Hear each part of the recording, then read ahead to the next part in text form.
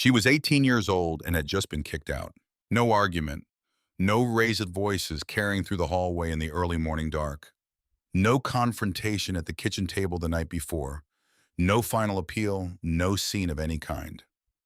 Just a suitcase sitting on the front step of a brownstone in Brookline, Massachusetts, packed with the kind of careful thoroughness that made it clear someone had taken their time with it. The sneakers were wrapped in a plastic bag. The winter coat was folded with the collar turned in. 3 notebooks had been tucked along the side of the bag rather than stacked on top, which meant whoever had packed it had known the notebooks were important and had treated them accordingly.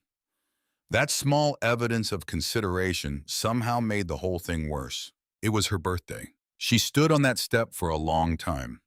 The street was still in the way that streets are still only in the earliest part of the morning before the dog walkers appear, before the first car backs out of a driveway, before the city remembers to be loud. The air smelled of damp concrete and the particular sweetness of decay that late October leaves produce when the rain has been at them for several days running. A light was on in the window of the house directly across the street. Someone's kitchen glowing amber against the gray morning. Someone's ordinary Tuesday.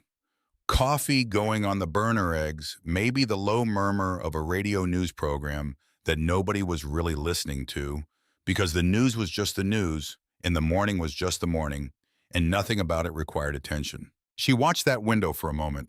Then she picked up the suitcase. Then she picked up the small, wheat-colored canvas bag that had been sitting beside the suitcase on the step, the one with the leather handles and the small leather patch on the front that was beginning to peel at the corners. She had put one thing inside it the night before without quite knowing why, the way you do things sometimes when some part of you understands what's coming before the rest of you does. A leather journal with a cracked spine and her name written on the inside front cover in handwriting that was not her own. The careful, unhurried handwriting of a woman who had been dead for 4 years. She walked. She did not look back. Now. 6 weeks after that morning, Zara Osei was standing in the center of a single stone room in Harlan County, Kentucky, in a house that had been abandoned since 1953 and purchased for $1 at a county heritage preservation auction.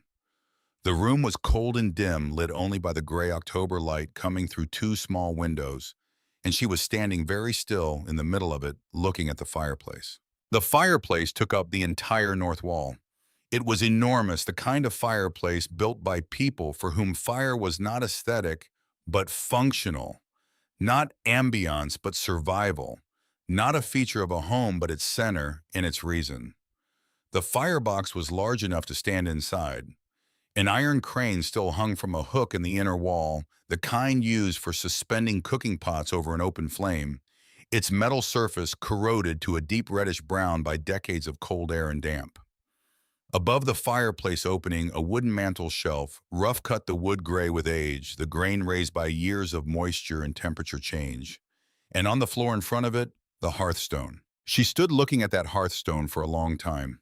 It was a massive single piece of gray limestone, ancient and dark and silent. And something about the way it sat in the floor of that room, something in the way it occupied the space before the fire, made her understand, before she fully understood anything else about what was going to happen in that house, that she was exactly where she was supposed to be. But to understand how a girl from Brookline, Massachusetts, with $1 to her name, in a suitcase packed by someone else, ended up standing alone in a stone room on a Kentucky hillside. On an October morning, we need to go back. Not just to the birthday, not just to the letter that started the unraveling. We need to go back much further than that. Back to the beginning of a story that started long before Zara Osei was born. Before we go there, if this is the kind of story that speaks to something in you, go ahead and subscribe to this channel. And drop a comment below telling us where you're watching from. These stories travel to places we never anticipate, and we genuinely love knowing where they land. Now, let's go back. The Osei family came into America in 1994, which was the year a young engineer named Kwame Osei arrived in Boston with 2 suitcases, a degree from the University of Ghana in Accra, and a letter of acceptance from a graduate engineering program at Northeastern University. He had nothing else to his name except a discipline that had been built over 24 years of deliberate effort and the particular kind of optimism that belongs to people who have worked very hard for a very long time. Not the easy optimism of people who have been given things, but the harder kind, the kind that has been earned through years of mornings when getting up was the first act of will in a long day of acts of will. Kwame had grown up in Accra, the largest city in Ghana, in a city that contains multitudes, the old colonial architecture along the waterfront, the sprawling markets of Makola, where you could buy anything from fresh fish to satellite dishes, the neighborhoods of brightly painted concrete houses with their corrugated metal roofs, the universities, the traffic that moved according to its own logic. He had grown up in a house in the Osu district, the son of a secondary school mathematics teacher and a seamstress who worked from a small room at the front of their house and who produced with her singer machine and her measuring tape and her specific understanding of fabric and form clothing of a quality that brought people from other neighborhoods to her door. His father had a saying. He said it so often that it had ceased over time to sound like wisdom and had instead become something more like furniture, always present, so familiar that you stopped noticing it was there. Until one day you left home and found that you had taken it with you without meaning to. The saying was this: you do not inherit the life you want. You build it correctly with your own hands, and then when it falls, because it will fall, something always falls, you build it again. Kwame had taken that seriously, in some ways too seriously, but that would not become clear until much later. In Boston, he met Afua at a gathering of Ghanaian expatriates in a small apartment in Cambridge, the kind of gathering that happens when people who are far from home find each other and make for an evening something that approximates what home felt like. The apartment was too small for the number of people in it. The food occupied every horizontal surface of the kitchen. The music was louder than the building's thin walls could comfortably contain, and no one cared.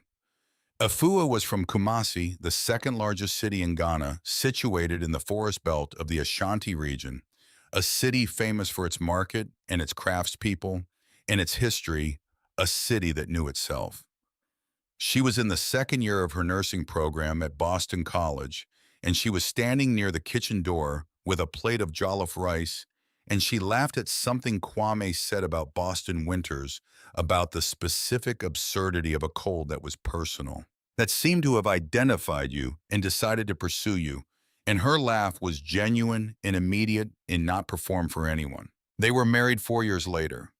The ceremony was at a church in Roxbury, and the reception was in a hall where the music made the floor vibrate, and the jollof rice was prepared by Afua's aunt, who had flown from Kumasi specifically to make sure it was done correctly, and who maintained for years afterward that American kitchens were not designed with jollof in mind, but that she had done what she could. They settled in Brookline because the schools were excellent. This was the primary consideration, the organizing principle of the decision.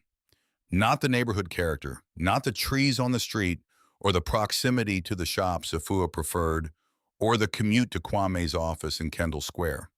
The schools were excellent, and they intended to have children.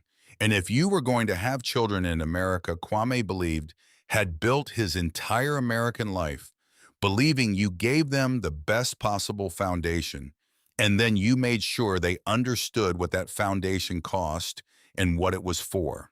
In 2006, their daughter was born. They named her Zara, which was Afua's choice, and she chose it because it was simple and strong and traveled well between languages in Arabic. It meant flowering in Swahili. It meant dawn in the English-speaking world. It simply sounded like itself, clean and complete. Kwame agreed immediately.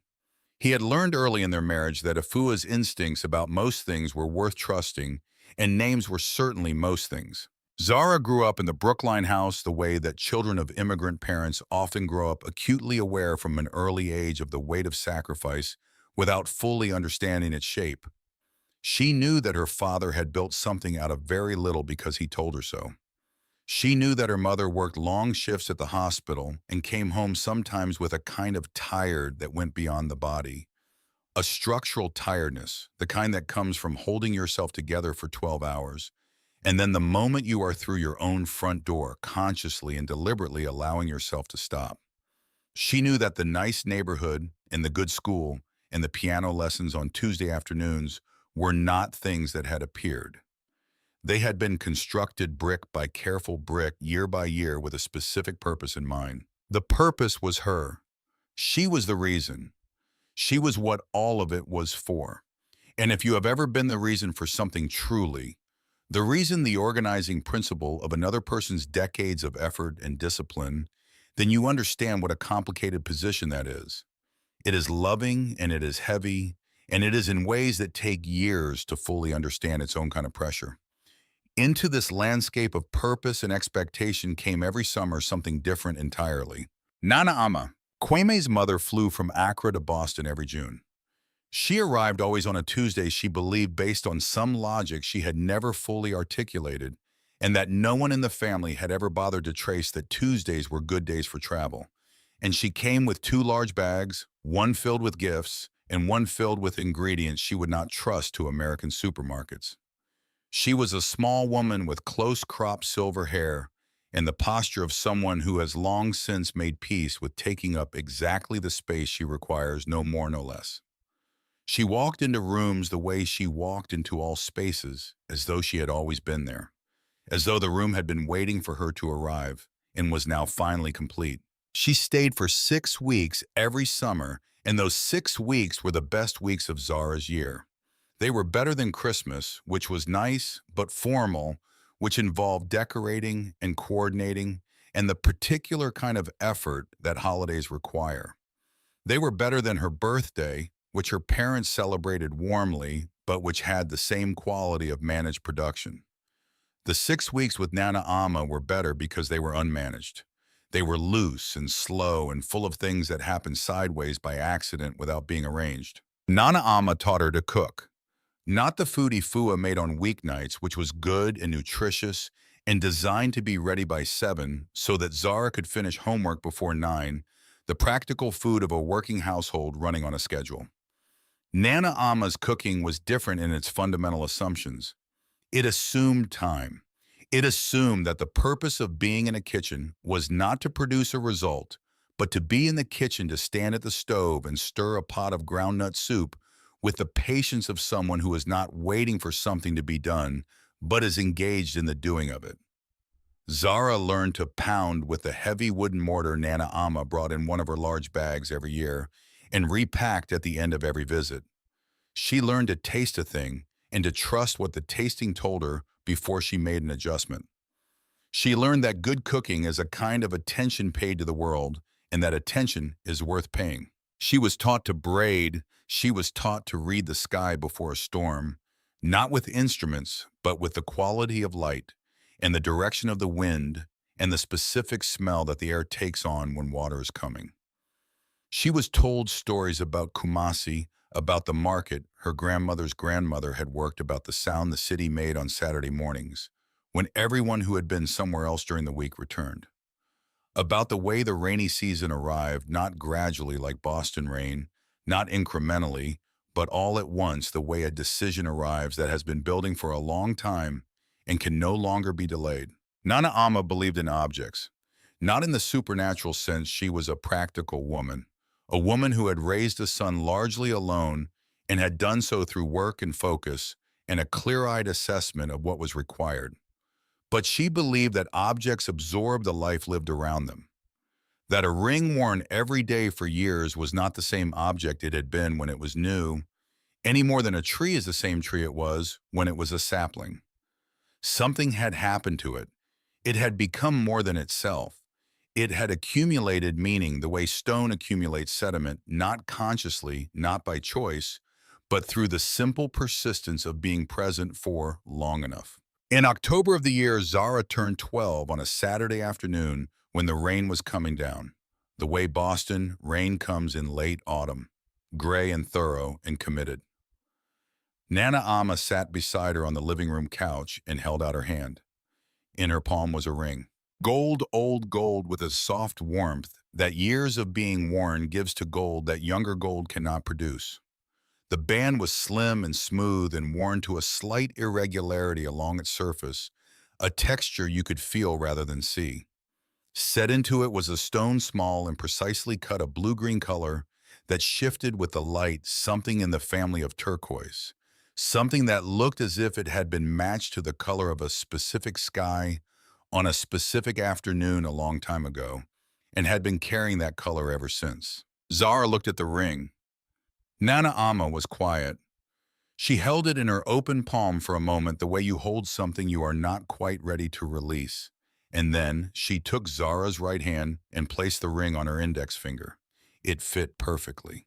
This surprised Zara because she had watched Nana Amma wear this ring for as long as she could remember, and Nana Amma's hands were smaller than hers. But the ring fit her index finger as if it had always been hers, as if it had been waiting for this finger in the same patient way that very old things wait for the moment they were made for. One day, Nana Amma said this ring will travel somewhere you don't expect. Zara looked up at her. Rings know things, she said. She said it simply, without performance, without the tone of someone offering a saying for its own sake. She said it as a statement of fact in the same voice she used when she said that the soup needed more pepper or that the rain would stop before evening. You don't wear a ring for this many years without it learning something about the world. Carry it well, and when the time comes, follow it. She said nothing else on the subject.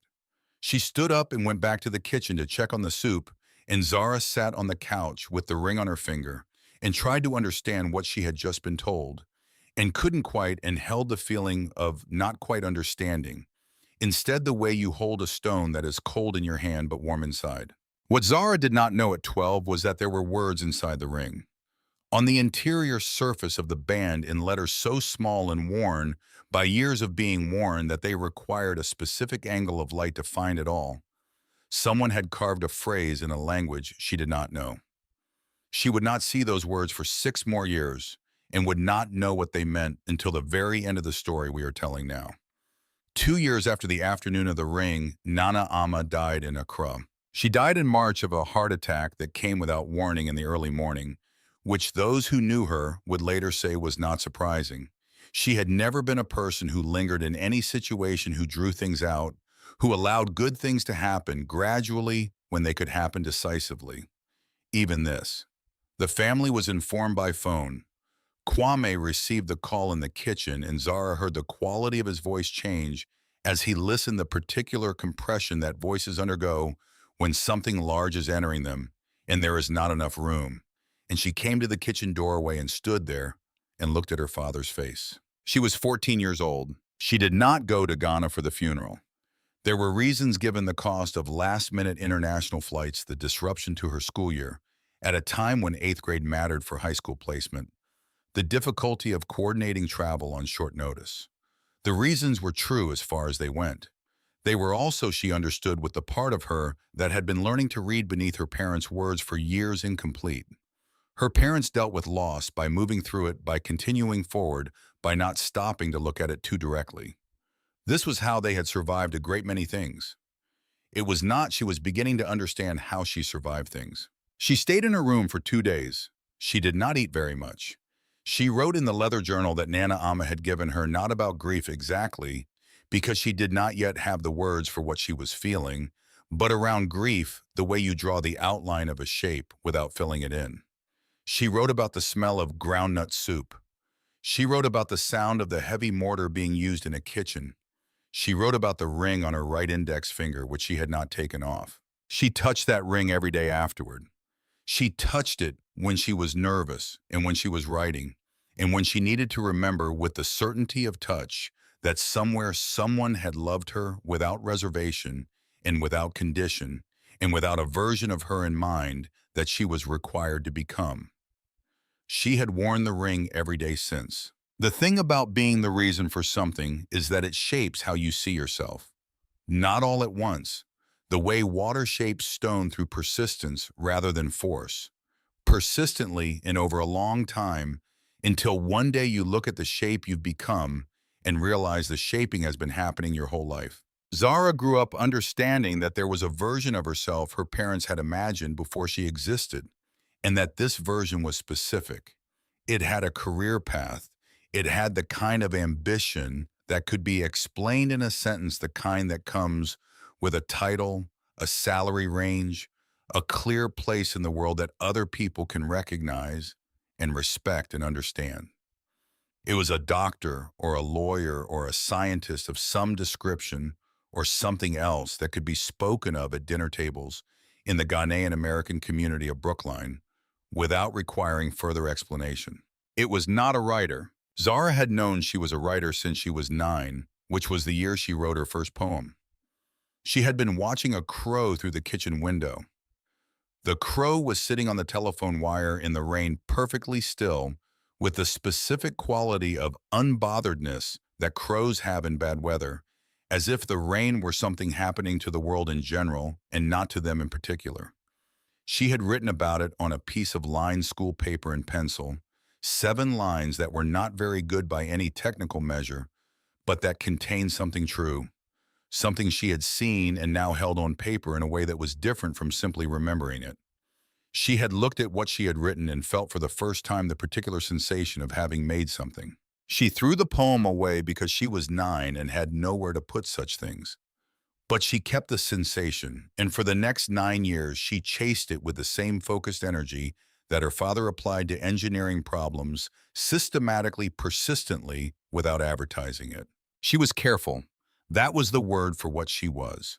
She kept her grades exactly where they needed to be because grades were the visible evidence of compliance with her parents' expectations, and compliance with her parents' expectations purchased her the freedom to do, in the hours that were not being watched, what she actually wanted to do. She sat in the Saturday study sessions without complaint. She attended the school science fair and the college preparation workshops and the occasional dinner where someone her parents admired, a doctor, a professor, an engineer of some standing, was invited to speak to her about the future. She listened at these dinners carefully and said the appropriate things and went home and wrote about them in her grandmother's journal, with the precise, slightly wicked clarity of someone who has learned to observe without revealing that they are observing. She wrote poems about the neighborhood, about the specific quality of winter light on the brick facades of Brookline's older buildings, about the sound the tea made when it came around the corner at Coolidge Corner on cold mornings, a sound that she heard as the sound of a city talking to itself. She wrote about her mother's face when Afua came home from a long shift, the way composure released itself feature by feature as Afua moved through the front door and into the kitchen and set her keys on the counter as if she had been holding herself in a particular shape for 12 hours and was now in this kitchen permitted to take the shape that was natural to her. She wrote about Nana Ama constantly, about the ring, about summers in Boston that smelled of groundnut soup, and the sound of a language she understood imperfectly and loved completely. She joined the school's literary magazine in 9th grade. By 10th grade, she was submitting under her own name and no longer worrying about who might see it. By 11th grade, she had developed a voice not fully formed, not complete, but distinctly and recognizably hers. The way a young musician's playing is not yet what it will eventually become, but is already unmistakably theirs. When she was 16, she entered a regional poetry contest jointly organized by a consortium of New England high schools and universities. She submitted a single poem, 32 lines written over 3 evenings at the wooden desk in her bedroom, about a ring passed from hand to hand across time and ocean, about what objects carry and what they remember and what they refuse to lose. She did not expect to win. She won. The award ceremony was in a community hall in Cambridge. Her parents came and sat in the 3rd row and applauded when her name was called, and her father took a photograph with his phone, and her mother squeezed her hand afterward and said it was lovely truly and that she should be proud. Then on the drive back through Coolidge Corner, her father said, "Have you been thinking seriously about your college applications? Because Dr. Mensah was saying the pre-medical track at Boston University has one of the strongest undergraduate preparation programs in." She looked out the window. She loved her father. That is important to say clearly and to mean it. She loved him in the specific, complicated way you love someone who has built something real out of very little. and who has organized everything he built around you, who has made you the reason for his discipline and his sacrifice, and his early mornings and his long days. You love that person, and you also live in what they have built around you. And the two things are not the same. She said, I've been looking at a few programs. Her father said, good, let's sit down this weekend and look at the list together. She did not tell him which programs she had been looking at. She didn't tell him for several more months. In the fall of her junior year, she began researching creative writing programs at universities with the same systematic rigor she brought to everything. She read program descriptions and faculty biographies and graduate placement records. She looked at acceptance rates and financial aid structures and scholarship opportunities and the kinds of writers who had come out of each program. She was looking for something specific, a program that took writing seriously as a discipline, that had a record of turning serious writers into working ones, and that offered enough in financial aid that a student with her academic credentials might, with some combination of merit scholarship and institutional aid, attend without her parents' full financial support. She founded in November a small nationally recognized creative writing program at a university in Western Massachusetts, one of those programs that is not especially large or especially famous outside the world that cares about such things, but within that world is understood to be excellent, to have produced writers who wrote books that mattered, to be staffed by faculty who taught because they loved teaching, rather than because teaching was what you did when you were not writing. The acceptance rate was 12%. The financial aid for admitted students was among the most generous in that category of program. She applied in December. She did not tell her parents. She told herself this was because there was no point in discussing a thing until you knew whether the thing was possible. This was also true. But she knew in the part of herself that had become very good at knowing things, it could not say out loud that the conversation she was avoiding was not really about whether she had been accepted. It was about what it would mean if she had been and what her parents would do with that, and whether she had the strength to hold her ground when they did it. She did not know yet whether she did. The acceptance letter arrived in February. It was a physical letter printed on heavy paper and folded in thirds and slipped into an envelope with the program's name in the upper left corner. It arrived on a Wednesday afternoon with the rest of the mail, which her father sorted when he came home every evening, as a matter of habit, brought in from the box arranged on the kitchen counter, a small ritual of domestic order that Kwame Osei had practiced for as long as Zara could remember. He opened the envelope. She was upstairs when it happened. She was at her desk, her geometry textbook open to a problem set she was working through with half her attention, while the other half was thinking about a poem she had been trying to start for 3 days. A poem about the sound of her grandmother's mortar, the particular resonance of wood against the wooden interior of the bowl that she could still hear if she closed her eyes and was quiet enough. She heard the mail coming in. She did not think about the letter. There was no reason in that moment to think about the letter. Then the house went quiet. Not the quiet of an empty house, which has a particular quality of absence to it. This was the quiet of a house in which someone is standing very still, holding something, and not making any of the sounds that people normally make when they are moving through their evening. She came downstairs. Her father was at the kitchen counter with the letter in his hand, opened the single sheet held in both hands, with a stillness that was not his usual stillness. He looked up when she came in. He looked at her with an expression she had never precisely seen on his face before. Not angry, not surprised. Exactly something more like the look of a man who has been handed information that requires him to recalculate something he had considered settled. He set the letter on the counter. He walked past her into the living room and sat down in his chair. He did not say anything. Ifua came home 20 minutes later, as she always did on a Wednesday home. By 7 keys on the counter, shoes off at the door, the small domestic ceremony of returning. She saw the letter on the counter and picked it up and read it. Zara stood in the kitchen doorway and watched her mother read, and watched her mother's face remain composed, the way it remained composed in difficult situations. Not without feeling, but with feeling. Managed, feeling organized, feeling directed away from the surface where it could not be useful. That evening after dinner, they sat at the table. Her parents spoke in Twi. This was not unusual. Kwame reverted to Twi in moments of stress or strong feeling. The language of his childhood surfacing through the English of his adult life, the way an older geography surfaces through a landscape that has been built over. But usually these conversations happen with the door closed, or in their bedroom, or at least with some acknowledgement that Zara was in earshot. This one happened at the kitchen table with Zara sitting at the end of it, and it was long 40 minutes, and Zara understood fragments of it. Enough to know the shape.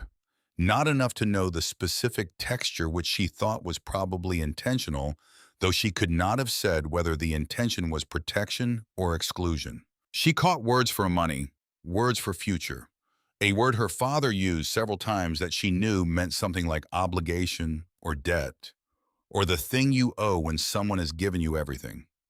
Her mother's voice was lower than her father's and harder to hear. But at one point, Ifua said something that contained the word writer, the way you contain something you are not sure is safe carefully with distance. When they switched back to English, they were calm. Her father spoke first. He said he was proud of her academic record. He said he understood that she had talent. He said the word talent in a tone that was not dismissive, but that was not celebratory, either the tone of someone acknowledging a fact without endorsing what it means. He said that he and her mother had not come to this country, had not built what they had built, had not worked the way they had worked, to watch their daughter choose a path that led nowhere stable. A poem, he said, did not pay a mortgage. A short story did not cover a medical emergency. The world was not kind to people who bet their futures on what they loved rather than on what was necessary, and he had not raised her to be naive about the world. He said other things, things that were harder to hear, things that came from the specific anxiety of immigrant parents who have built something in a country that can take it away, who know how thin the margin is, who have never had the luxury of romanticizing financial uncertainty, because financial uncertainty has never been romantic to them. It has always been exactly what it is: precarious, frightening, real. She understood where the things he said came from.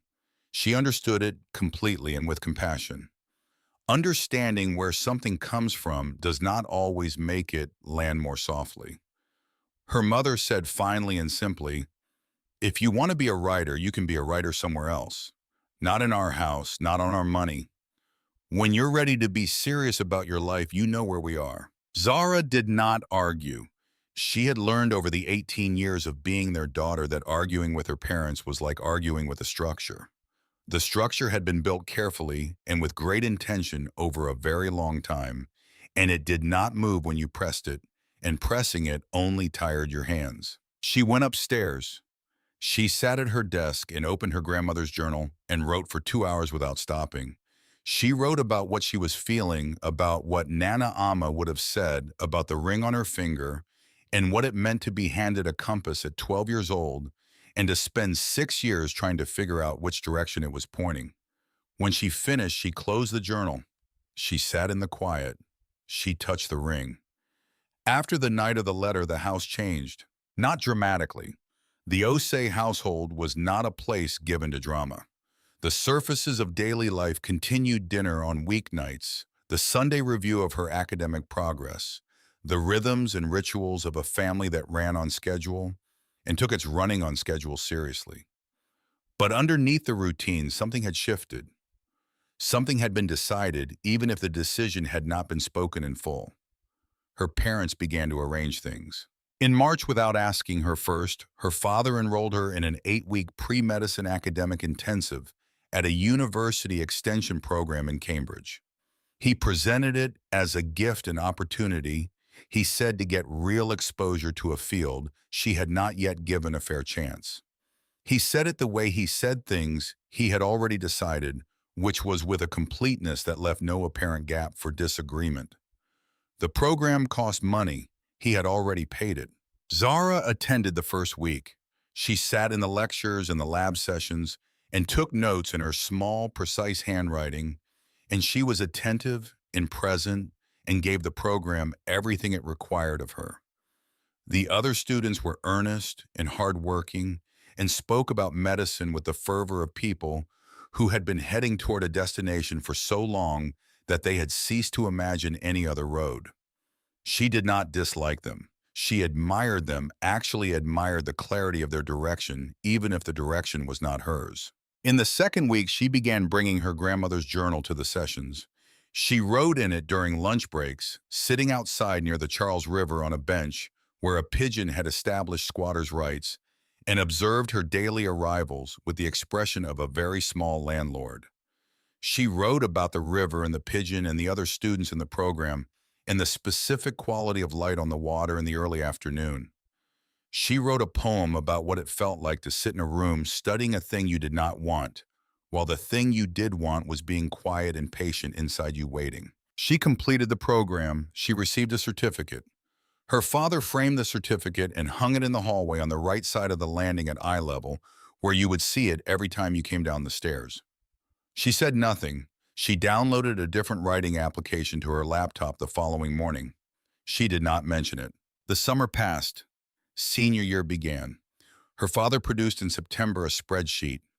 It had columns for university name program, ranking, pre-medical track quality, financial aid availability, and a notes column that contained assessments like consider strong and ask about merit scholarship.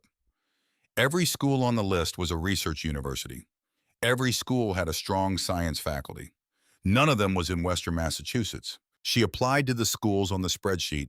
She wrote the application essays with care because she was constitutionally incapable of writing carelessly about anything, which meant that even the essays about her passion for medicine, which were in a fundamental sense essays about something she did not feel were very well written. There was a small dark comfort in this. She was still a writer even when writing the wrong things. Her mother began around this time to mention occasionally the son of a family they knew through the Ghanaian community in Brookline. He was studying finance. He was very focused. He had a 5-year plan. Ifua mentioned him the way you mention something you want to normalize through repetition, not with any overt agenda, just consistently enough that the name became familiar. The suggestion remained present in the air. Zara listened and said polite things. She felt during these conversations the particular sensation of a current being redirected, not stopped, but turned from its natural channel into one that someone else has constructed. Has there ever been someone in your life who loved you so much they tried to turn you into someone else? Not out of cruelty, out of love. Real love, the kind that has kept them up at nights and cost them something. That particular kind of love, when it becomes pressure, produces a very specific loneliness. Not the loneliness of being unloved, the loneliness of being loved without being seen. That is where Zara was, in that specific loneliness, working her way towards something she could not yet fully name. She graduated from high school in June with honors. She had scholarship offers from 2 of the schools on her father's spreadsheet. She had a summer ahead of her, and after the summer, a fall, and after the fall, 4 years of a life her parents had selected for her with the best intentions and the most genuine love, and not one moment of understanding what she actually was. She did not know yet what she was going to do. And then she woke up on the morning of her 18th birthday, and someone made the decision for her. She had slept well that night. She had expected not to, had expected to lie awake the way she lay awake on nights when her thoughts moved in the repetitive circles that thoughts move in, when you are young and uncertain, and the future is a shape you cannot quite see clearly enough to trust. But she slept deeply, and she woke at 7:15 in the amber light of an October morning, and for a few seconds she lay in her bed and felt, before she remembered anything at all, simply present, simply awake, simply herself. Then she remembered what day it was. She dressed. She pulled on her jeans and a flannel shirt and her boots, the worn brown ones she had owned for 3 years. She put the ring on her right index finger, the way she did every morning, the way she had done every morning for 6 years. Then she opened her bedroom door and came down the stairs. The suitcase was at the bottom, her large one. The blue hard shell she used for travel, the one that had gone with her to Washington, D.C. for an 8th grade field trip, and to Montreal for a school language exchange, and that otherwise lived on the top shelf of her closet. It was standing in the entryway with the handle extended, zipped and buckled, looking exactly like what it was luggage that had somewhere to go. On top of it sat an envelope resting flat on the lid surface, with her name on the front in her mother's handwriting. Just Zara, not sweetheart, not any of the small words that people who love each other use as daily shorthand. Just her name. The house was quiet. Her father's shoes were not at the door. Her mother's car was not in the driveway. The house had the specific quality of absence that means you are in it alone. She came down the last stair. She picked up the envelope. She opened it. Inside was notepaper from the kitchen drawer, the kind with a small border of flowers at the top that her mother had bought from the same drugstore for as long as Zara could remember. The note was written in Afua's clean, efficient handwriting, the handwriting of someone who wrote quickly and with purpose, who did not decorate and did not elaborate. Zara, we love you. That is not something that changes, and it is not something we want you to doubt. But we cannot watch you make the choices you are making, and we cannot continue to be the people who make it possible for you to make them. We have talked about this for a long time, longer than you know, and we believe this is the right thing. We believe that one day you will understand that it was done with love. When you are ready to be serious about your life, you know where to find us. We will be here. Inside the notepaper, folded around a small stack of bills, was a separate piece of paper. One sentence in the same handwriting. There is $300 here. Please be careful. She stood in the entryway of the Brookline house and held the two pieces of paper and the money. She did not cry. This is worth saying with some care because people assume the tears. She was standing in the entryway of the only home she had ever known, 18 years old, holding $300 and a note from her mother that did not say goodbye, but meant it, and she did not cry. Not because the pain was not present. It was there the way large things are. They're not sharp, not acute, but substantial, occupying real space, pressing against everything from the inside. The pain was real. The tears did not come. What came instead was quieter than the pain and harder to name. Something at the very edge of what she could feel, at the boundary between what was happening and what it might mean. Something that felt, and she would not let herself look at it directly. Yet it was too early and too raw. Something that felt like the first breath of air after a long time underwater. She folded the note carefully into her jacket pocket. She picked up her grandmother's canvas bag from the hook beside the door. It had lived on that hook for years, and her parents had left it there, which she noted, which she thought was perhaps the most honest thing in all of this, and she checked inside it. The journal was there where she had put it last night without quite knowing why. She put her hand on the door handle. She thought about looking back at the house, the kitchen where Nana Ama had cooked, the stairs she had run down 10,000 times, the window above the sink where she had watched the street change through every season for 18 years. She thought about all of it. She opened the door and walked out. She pulled it closed behind her. The latch caught with a small, clean sound. Then there was just the October street and the cold air and the sound of her own boots on the wet pavement. She walked for a long time without any particular direction. The neighborhood moved past her in the way of things you have seen so many times. They have become invisible. The brownstones, the old maples losing their last leaves to the wind, the coffee shop on the corner where she had sat with a book every Saturday for 2 years.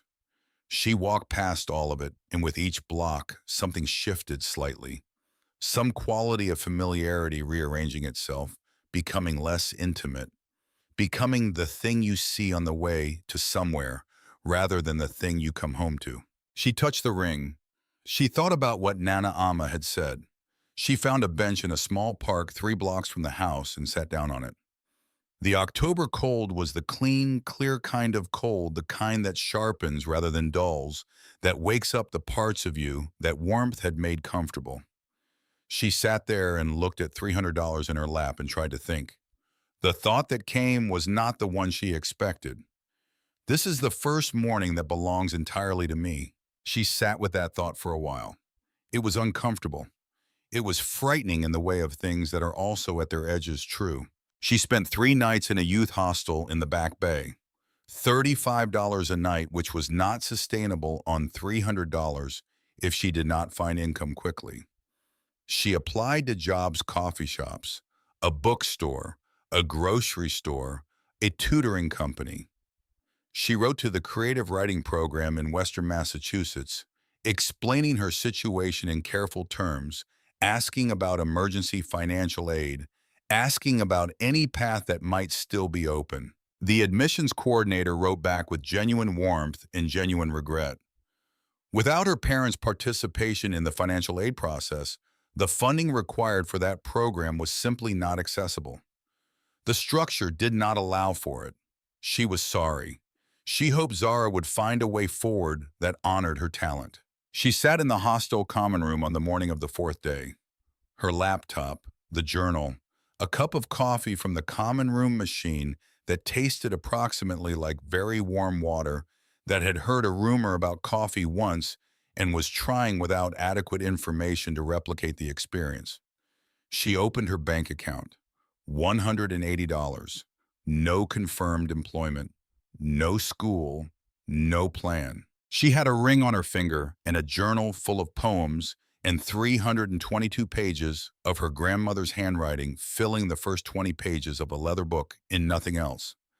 She opened her laptop and she searched. She searched for cheap property in rural areas of the United States. She searched for government programs that made abandoned properties available to people willing to restore them.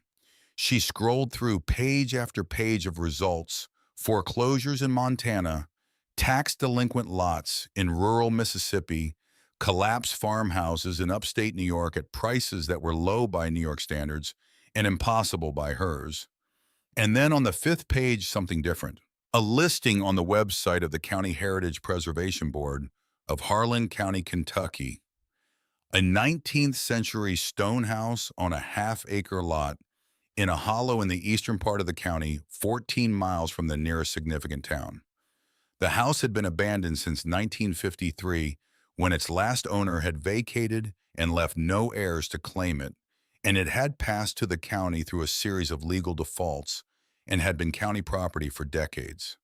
A structure that the Heritage Board was required by its own ordinances to continue offering to anyone who would take it and treat it with appropriate care. The purchase price was $1. The conditions were specific. The buyer had to commit to a preservation or restoration plan within 5 years. The buyer had to establish residency in the county. The buyer had to maintain the structure in accordance with the County Heritage Board's guidelines for buildings of cultural significance. $1, a stone house in Kentucky. The listing noted in language that was practical and almost endearing: no vehicle road access to structure. Foot access only via marked path from County Road, approximately 0.9 miles. Zara read the listing 3 times. She thought about Nana Amma. She touched the ring on her right index finger, the turquoise stone catching the thin light of the hostel common room, and she thought rings know things. And she thought this ring has been waiting for something. And she thought maybe it has been waiting for this. She had $180. A bus ticket from Boston to Lexington, Kentucky on the overnight discount service that departed from South Station cost $31. That left $149. She had the journal and the laptop and the ring and a canvas bag and enough courage or enough desperation, which can look like the same thing from the inside, to try. She wrote to the Harlan County Clerk's office. She asked whether the property was still available, what the purchase process involved, and whether she might arrange to come and see it. She signed with her full name. She pressed send. The reply came the following morning at 7 o'clock.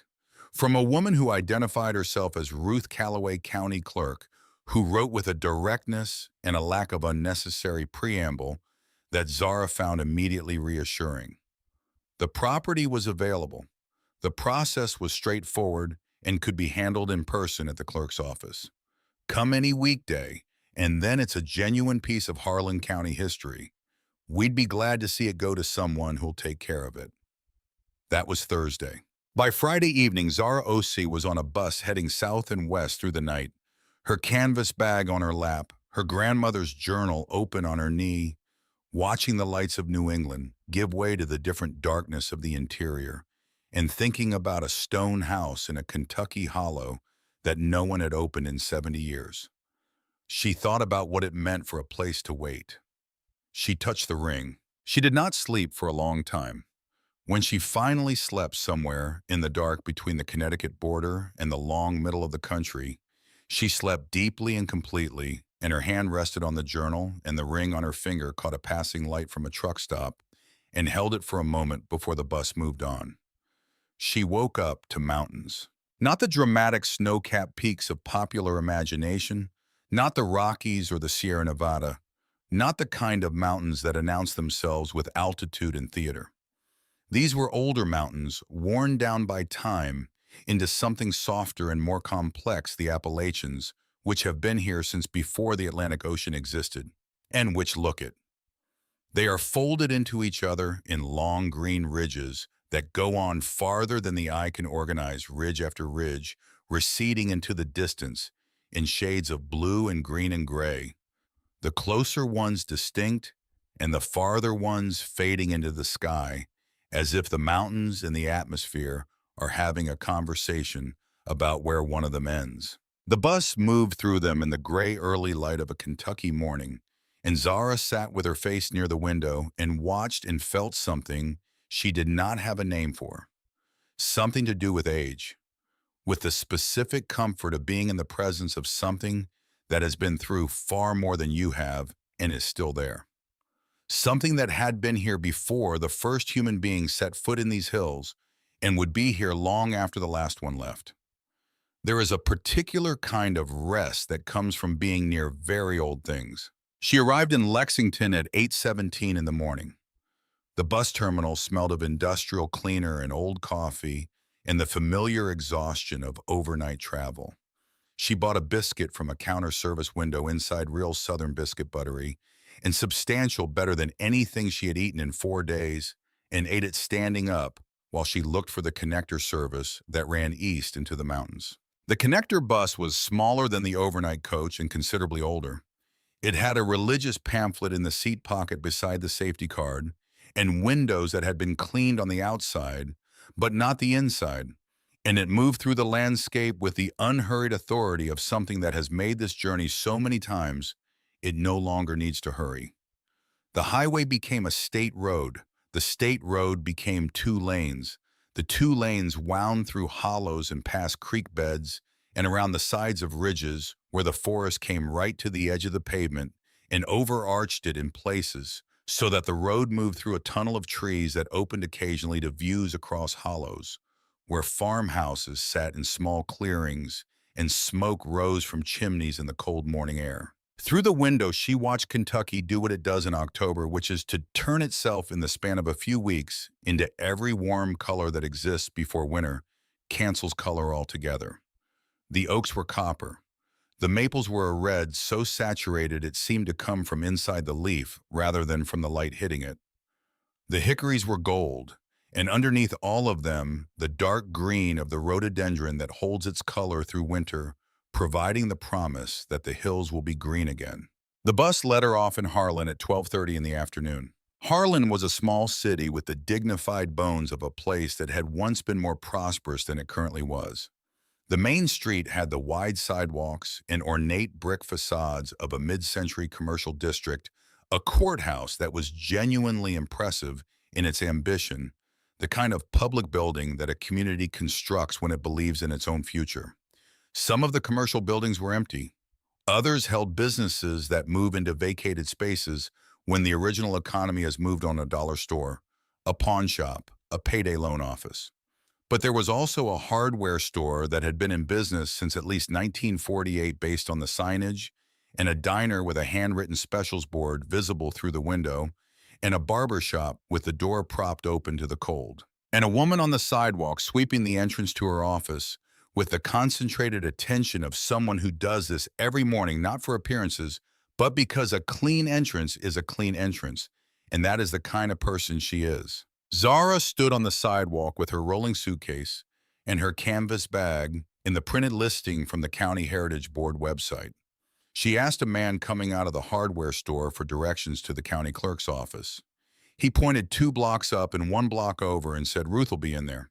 She's always in there, and said it with the ease of someone giving directions to a fixed geographical feature. The county clerk's office was in a building attached to the courthouse, a single room with wood-paneled walls and fluorescent lighting and filing cabinets that had clearly been there for decades, and the rich particular smell of old paper that accumulates in offices where records have been maintained for a very long time.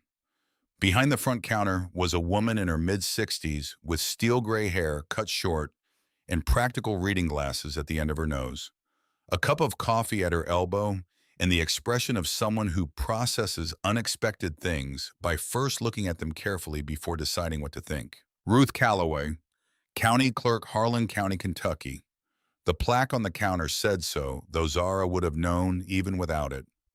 Zara set the printed listing on the counter without preamble. Ruth looked at it. She looked at Zara. She looked at the listing again. "The Wyndham Place," she said. "That's what it's always been called, though I don't suppose anyone's called it much of anything in quite some time." She asked Zara several questions: where she was from, how she had found the listing, what her plans were for the property. Zara answered each one directly. Boston, a heritage website, 5th page of results. She intended to restore it and live in it in full accordance with the preservation conditions. Ruth listened with the quality of attention that doesn't require a lot of nodding or verbal confirmation, just a steady, quiet focus that lets you know you are being genuinely heard. When Zara finished, Ruth was quiet for a moment. Then she reached behind her to the hook where her purse was hanging, opened it, took out a $1 bill and set it on the counter between them. "You keep yours for food," she said. "I'll put this in for you." She pushed the dollar across the counter and reached beneath it for the auction paperwork. And then she said, without looking up from the forms, "I've been clerk of this county for 22 years. I've listed the Wyndham property every year because the ordinance requires it. In 22 years, no one from Boston has ever driven down here for a dollar property." She looked up briefly. "You must need it." Zara said, "I do." Ruth looked at her for one more moment. Then she said, "Welcome to Harlan County, Miss Osei. Let's get you signed." She left her rolling suitcase at Ruth's office. Ruth offered the back storage room without being asked, simply said, "Leave it. No one will bother it," and set out on foot with her canvas bag and a hand-drawn map Ruth had made on the back of an envelope with the county road marked, and the trailhead indicated with a small X, and the Wyndham property marked with another X, and a note beside it that read, "You'll know it when you see it. Go slow on the last part, the path gets narrow." The walk was listed in the county records as 0.9 miles. In practice, it was closer to 1.25 miles along a path that had been maintained by occasional use and weather rather than any deliberate effort. The path began at a gap in the fence line along the county road, marked by a wooden post on which someone had painted a faded W in white paint at some point in the past several decades, and from there it descended slightly into a hollow and followed the course of a small creek for a portion of its length before climbing again toward the property. The creek was called Wyndham Creek, according to Ruth's map. It was clear and cold, moving quickly over flat gray stones, speaking to itself in the low, continuous murmur of water that has somewhere to go and is not in a hurry to get there. A kingfisher sat on a branch above the water surface and watched Zara pass with the magnificent indifference of a bird that has been doing this particular thing in this particular spot for much longer than she has been alive and has formed no opinions about her presence. The trees on either side of the path were oak and hickory, mostly with some beech still holding their leaves. Beech keeps its leaves through winter. Dead leaves, papery and pale, and they rustled in the October wind with a sound that was between a whisper and a shiver. Farther up the slope, eastern hemlocks darkened the understory. Everything smelled of damp earth and fallen leaves and the specific mineral clarity of cold running water. She came over a rise in the path. The stone house sat in a clearing roughly an acre in size, surrounded on 3 sides by the forest and open on the 4th to a view down the hollow that showed her through the October haze, 2 blue ridgelines receding to the south. The clearing itself was returning to the forest slowly, the way clearings do when the hands that kept them open are no longer present. Sumac advancing along the south wall of the house, goldenrod filling the spaces between old garden beds, the remains of a kitchen garden visible only as a slight regularity in the vegetation where the ground had once been worked. The house itself was smaller than she had imagined, 25 feet long, perhaps 15 wide. A single rectangle of rough-cut field stone, the limestone gray-blue, each stone different in shape and size from its neighbors. The whole held together by old lime mortar that was crumbling in places, but had held its fundamental structure through a century and a half of Kentucky winters and Kentucky summers.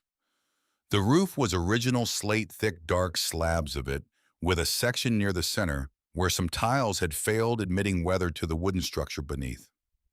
The chimney rose from the center roof line, still mostly intact, its top section separated and collapsed into the grass below. Two windows, one on either side of the heavy oak front door. The door was slightly ajar on its rusted hinges, held not by any structural competence of those hinges, but by habit, by the accumulated weight of having stood in one position for 70 years. Around the perimeter of the clearing, wild roses grown dense and thorny along the south and east walls, foxglove in tall dried spikes along the path, a stone wall along the east edge of the property, most of it intact, doing the quiet work of definition that stone walls do. Saying, "Here is where this place begins and ends." Zara stood at the edge of the clearing and looked at the house. She stood there for a long time. Then she walked toward it. She pushed the oak door open with both hands, the hinges groaning with the particular sound of metal that has not moved in years. Not quite protest, not quite welcome. Something between the two. The sound of a system resuming operation after a long pause. She stepped over the threshold. The interior was a single room. The floor was flagstone, the same gray limestone as the exterior walls, set in large, irregular pieces that had been fitted together with care. It was covered in the fine, compacted sediment of decades' dust, fallen plaster, the papery husks of dead insects, bits of fallen slate from the roof breach. The walls were the rough interior face of the fieldstone, uneven and textured, genuinely beautiful, in the way that things built by hand and not designed to be beautiful often are. The ceiling opened to the rafters, dark wooden beams, chestnut, she would learn later, cut from the old-growth trees that once covered these mountains, that had held the slate roof in place for 150 years and intended to continue doing so. At the north end of the room, the fireplace. It took up the entire wall. An enormous fieldstone hearth, the kind built by people for whom fire was not decoration, but the difference between warmth and cold, between a cooked meal and a raw one, between survival in a Kentucky winter and the alternative. The firebox was large enough to stand inside. An iron crane still hung from a hook in the interior, the kind used for suspending cooking pots over an open fire. Its metal surface corroded to a deep reddish brown, but still solid. Still swiveling, she found when she touched it on its hook. Above the fireplace opening, a wooden mantel shelf. Rough-cut gray with age, the grain raised by years of temperature change, and the particular damp that comes from decades of cooking fires, producing smoke and steam in an enclosed space. It was wide enough to hold photographs, dishes, the small objects of daily life that accumulate on mantels in houses where people actually live. On the floor in front of the fireplace, the hearthstone, a single massive piece of gray limestone, dark with accumulated ash, set into the flagstone floor directly before the firebox. She looked at it from across the room. First just looked, taking in the proportion of it, its width relative to the fireplace, opening its position in the room, the way it anchored the north end of the space, the way a foundation anchors a building. Then she walked to it. She stood before the fireplace and looked up at the mantel shelf above her head. And that was when she saw it. On the underside of the shelf, the surface you would only see if you were standing close and looking up, if you were crouching at the fireside or tending a fire, or standing exactly as she was standing now, someone had carved words into the wood. Small letters carefully formed cut into the underside of the shelf, with a knife or a narrow blade by someone who had taken the time to do it precisely to make each letter clean and legible. For the one who comes with nothing and needs everything. Zara read it. She read it again. She stood very still. Someone had put those words there on purpose, not as sentiment, not as decoration, not as the absent marking of someone passing time, as a dress, as a message left in a specific place for a specific kind of person, someone who would be standing here in exactly this position at exactly this kind of moment. Someone who had arrived with nothing, who needed everything, who had gotten here by a route that could not have been planned. She touched the ring on her right index finger. She did not cry, but something in her shifted, some internal structure, some load-bearing element of the self she had built in the 18 months since the letter had arrived, and the conversation in Twy had happened, and the suitcase had appeared at the bottom of the stairs. Something that had been under tension for a long time released just slightly, not collapsed. Released, the way a muscle releases when it is finally allowed to rest. She crouched down and examined the base of the hearthstone. She ran 2 fingers along the edge where the limestone met the flagstone floor around it, and what she found there made her stop. The gap was intentional. She could feel it clean and consistent along the front edge, not a crack produced by settling or age, but a deliberate space, a margin of separation. The hearthstone had been cut to sit free of the surrounding floor. It was resting there, not mortared, not bonded, simply placed enormously heavy, held in place by its own weight and the friction of its flat undersurface, but designed by whoever had set it to be lifted when the right time came. She sat back on her heels. What would you do if you walked into a room that felt like it had been built to receive you? That is not a question most people have occasion to ask themselves.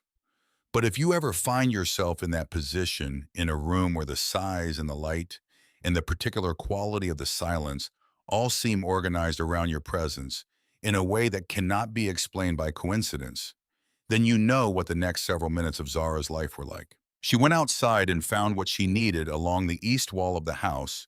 In the tall grass, a short section of iron rod, perhaps 18 inches long, the remnant of an old fence fitting still solid despite its rust. She brought it inside and examined the hearthstone edge again, found the point along the front where the gap was widest, and wedged one end of the iron rod into it. She put her weight on the other end. The hearthstone resisted. It was, she estimated afterwards, somewhere close to 200 pounds, a single piece of limestone that had not been moved in over 70 years, possibly much longer. She leaned harder. The iron rod flexed slightly under the pressure, and then with a sound that was less a scrape and more something like a long, deliberate exhalation, the front edge of the hearthstone lifted. She worked slowly, easing it up inch by inch, repositioning her grip as she gained angle until she had it tipped on one edge and resting against the front of the firebox. Her arms were shaking from the effort. She stood there for a moment, breathing, looking at what the hearthstone had concealed. Beneath it was a cavity, not a natural gap, a deliberately constructed chamber lined on all 4 sides and the bottom with flat stones fitted carefully against each other. The chamber was roughly 2 feet wide, 3 feet long, and 18 inches deep. The air that rose from it was still not stale in the way of enclosed spaces that had been sealed poorly, but genuinely still the stillness of something that has been kept. In the cavity, a bundle, oilcloth dark with age, folded over itself and tied with heavy twine. She reached in with both hands and lifted it out. It was heavier than it looked. She carried it to the mantel shelf and set it down, and then she untied the twine carefully. The twine was old, and she could not know what the oilcloth was protecting or how delicate it might be, and unfolded the cloth. Inside were 4 things. A tin box with a hinged lid roughly the size of a cigar box. A ledger leather-bound, the leather stiffened and darkened with age but intact. A rosary of simple dark wooden beads on a cotton cord with a small brass crucifix, and separate from the other items, tucked into its own layer of wax paper within the folds of the oilcloth, an envelope. The envelope was made of heavy paper, the kind produced to last, not to be used once and discarded. It was sealed. On its face in handwriting that had faded from black to the color of rust, but remained perfectly legible, someone had written U.S. War Department, not to be opened. Zara set the envelope aside carefully and opened the tin box. Inside, wrapped in wax paper, were pieces of old jewelry. Small gold objects, the kind that are not ornamental but are worn every day, that accumulate meaning through use rather than through occasion. A pair of earrings garnet set in delicate gold filigree. The gold worked in a style that spoke of the early part of the last century. A thin gold chain with a small cross pendant. A ring with a single deep blue stone, the setting simple and solid. And a gold locket on a short chain oval, engraved on its exterior with a pattern of small leaves. She opened the locket with her thumbnail, working the old hinge gently. Inside was a photograph, tiny, mounted behind glass, faded to the warm tones of old silver photographs, amber and ivory and brown. A man and a woman. The man was perhaps 35, dark-haired, with the kind of direct, steady gaze that people had in photographs from that era when photographs were understood to be serious occasions. The woman beside him was a few years younger, with light eyes that retained their quality of attentiveness, even through the fading of decades, and the specific expression of someone who is holding something back. Not grief, not fear, but a fullness of feeling that the photograph cannot quite contain. They were looking at the camera together. Both of them, if you look carefully at the very edge of a smile, they were not quite allowing themselves. She set the locket down and opened the ledger.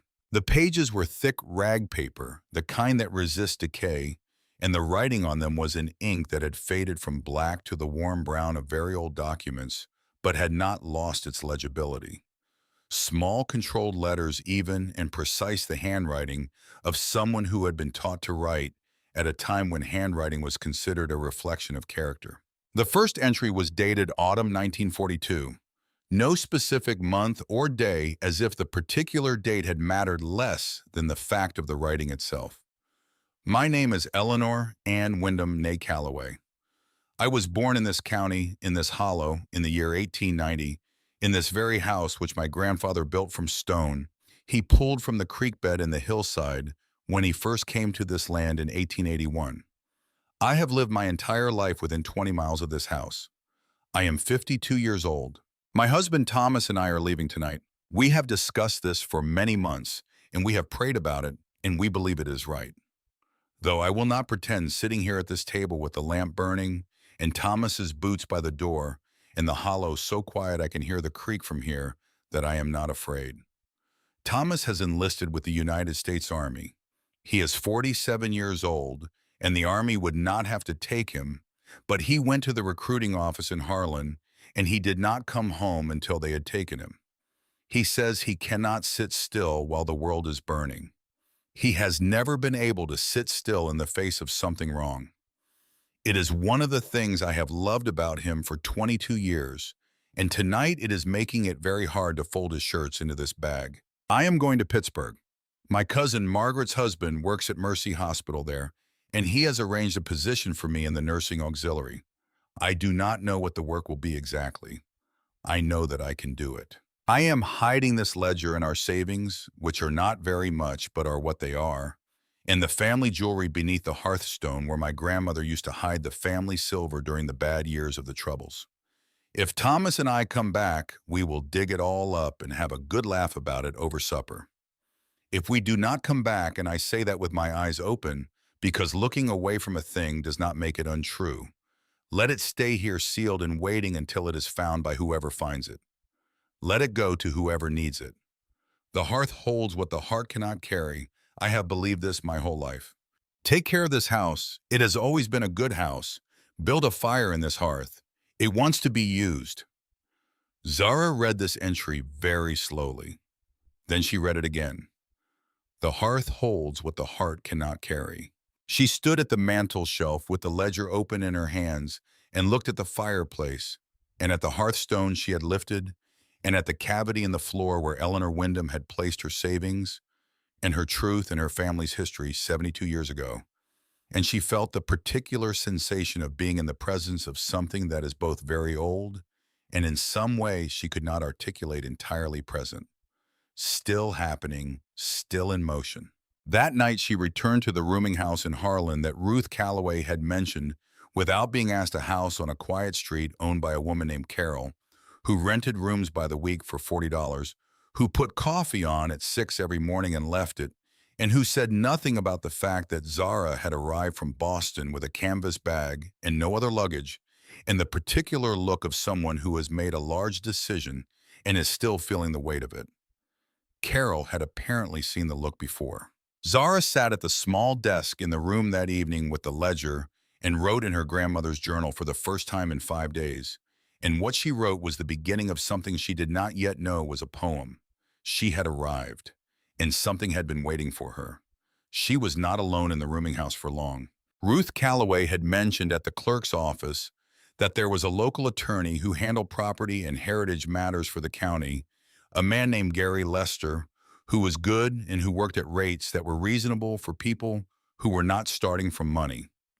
She made an appointment and went to his office on the second day, a one-story brick building 2 blocks from the courthouse, paneled inside in dark wood, with the smell of files and cold coffee and the particular seriousness of a working legal office. Gary Lester was a quiet man in his late 50s who wore a brown suit and took notes in pencil on a yellow legal pad and thought before he spoke, which was, she had found not as common a quality as it should be. She placed everything on his desk: the tin box with the jewelry, the ledger, the sealed envelope, the rosary, the county auction paperwork establishing her ownership. He looked at each item without touching it. He looked at her over his reading glasses. Then he told her without hedging that under Kentucky law, the contents of a property belonged to the legal owner of that property. The moment the county auction was complete, everything in the Wyndham house, including everything beneath the hearthstone, became hers. Eleanor Wyndham had clearly written her intention in the ledger. There was no surviving heir to contest a claim. He saw no legal ambiguity whatsoever. She asked about the envelope. He looked at it for a moment. Then he said carefully that materials of this kind, sealed wartime government correspondence, were not unprecedented in older properties, and that they warranted careful handling. He knew a military historian at the University of Kentucky who dealt with exactly these kinds of materials. He offered to make contact. He thought he said that the contents of that envelope might matter quite a bit. He said it the way lawyers say things when they mean more than they are saying. She said yes to all of it. 2 weeks after the legal consultation, she sold 2 items from the tin box, the locket, and the garnet earrings to an antiques dealer in Lexington who specialized in 19th and early 20th century jewelry and who handled them with the attention of someone who knows what he is looking at.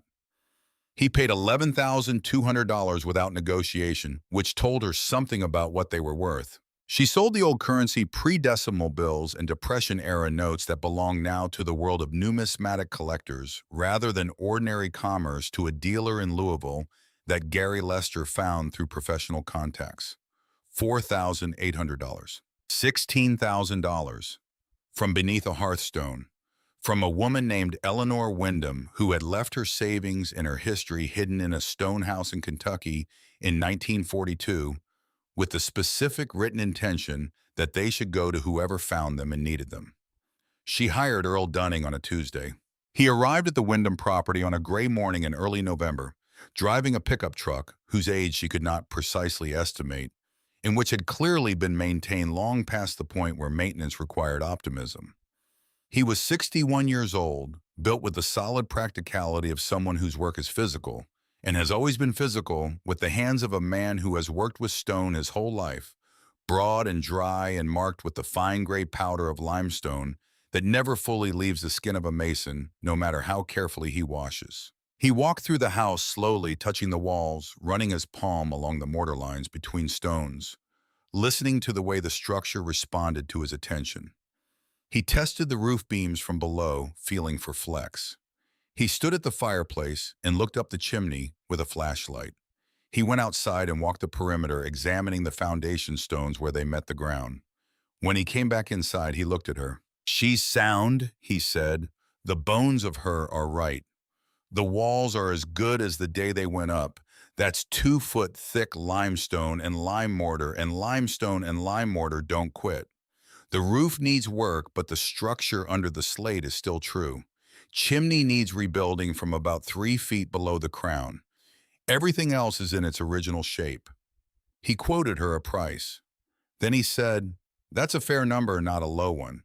I don't work low." She said she knew a fair number when she heard one.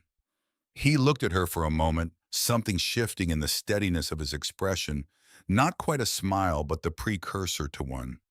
He said, "You're from Boston." She said, "Yes." He said, "You bought this house?" She said, "For $1." Well, Ruth Calloway's dollar. He said, "Ruth does that." He picked up his toolbox. "We'll start Monday with the roof." On Monday, he came with his son Deke, a young man of 25, who had the same quality of quiet competence as his father, and who communicated largely through the quality of his work, which was excellent. They sourced replacement slate from a reclamation yard in southwestern Virginia, original Appalachian slate from the same geological formation as the existing roof, so that when the repair was complete, you would have to look very carefully to find the line between old work and new work. Earl said this mattered. He said it the way someone says something they do not feel needs further explanation because the thing is self-evidently true. Zara learned mortar. Earl taught her the lime mix, hydrated lime, and washed sand and water mixed to a consistency he described as honey, not soup. And she mixed batches in a bucket and handed them up and watched him press the mortar into the joints with a pointing trowel that moved like an extension of his hand. He let her do sections herself after the first week, correcting her angle and her depth and the pressure of her strike without commentary, just by doing the gesture again and letting her watch. She learned that good masonry is a conversation between the mason and the stone. You do not impose on stone, you find its best position and let it rest there. Stone that is fighting its position will fail. Stone that is at rest will hold for 200 years. She cleaned the interior herself, on her hands and knees with a stiff brush and a bucket of warm, soapy water. She worked the flagstone floor section by section until the gray limestone came back to its actual color. Not clean in any modern sense, but present again, restored to what it had always been. She scrubbed the interior walls with a soft cloth. She cleaned the enormous hearth, removing decades of ash from the firebox by hand, sorting through it carefully, finding nothing but charcoal and the occasional small bone from an old meal and the fine gray patience of long cold fire. She ordered window glass from a glazier in Harlan. She rebuilt the shelves above the mantel from wood Earl sourced from a local sawmill. She oiled the wood with linseed oil until the grains showed clearly and warmly. She bought at an estate sale in Harlan that Gary Lester mentioned a small iron bed and a wooden table and 2 straight-back chairs, solid furniture, the kind made to last, the kind that does not apologize for itself. She hung curtains from natural linen. She kept Eleanor's ledger and the rosary and the locket photograph on the mantel shelf, arranged with the care you bring to things that belong somewhere. She kept the sealed envelope on the mantel too. She was not yet ready to open it. Among the neighbors and people of Harlan County who found their way to Zara and to the restored Wyndham property during those weeks, Agnes Pelletier came first and stayed most consistently. Agnes was 82 years old and had lived in the hollow 1.25 miles down the county road for her entire life in a farmhouse where she had been born and where she intended to die. A preference she stated without drama and without any particular invitation to discuss it. She was a small woman with white hair and a hearing aid in her left ear, and a wooden cane she used with the proprietary air of someone who has decided that needing a cane is not a concession but a choice, and that her cane, having been chosen, is an excellent cane. She arrived one Wednesday afternoon carrying a covered cast-iron pot that she set on the front step without ceremony, and she looked at the repaired roof and said, "Earl did that. Good. He's the only one left around here who knows how to do it right." She had known the Wyndham house all her life. She had known Eleanor Wyndham as a girl knows an older neighbor, with the particular combination of respect and fascination that a child brings to someone who seems to belong to a different, more serious world. Eleanor had been tall, Agnes said, sitting at the wooden table with her coffee, while Zara sat across from her. She had a quality of quiet that was not reserve but presence, the kind of person who listens entirely when you speak. Her husband Thomas was a steady man, a man of practical kindness, the kind who shovels your walk without mentioning it, who appears with the tool you need before you've asked, who is simply consistently reliable in all weathers. When Thomas died in Germany in the spring of 1945, Agnes said she had been 11 years old. The news came through the way such news came to small communities, then first as rumor, then as confirmation, then as the permanent fact of an absence. Eleanor had received the notification at the farmhouse of a neighbor who had a telephone. She had walked the mile and a half home alone. Agnes had seen her walking.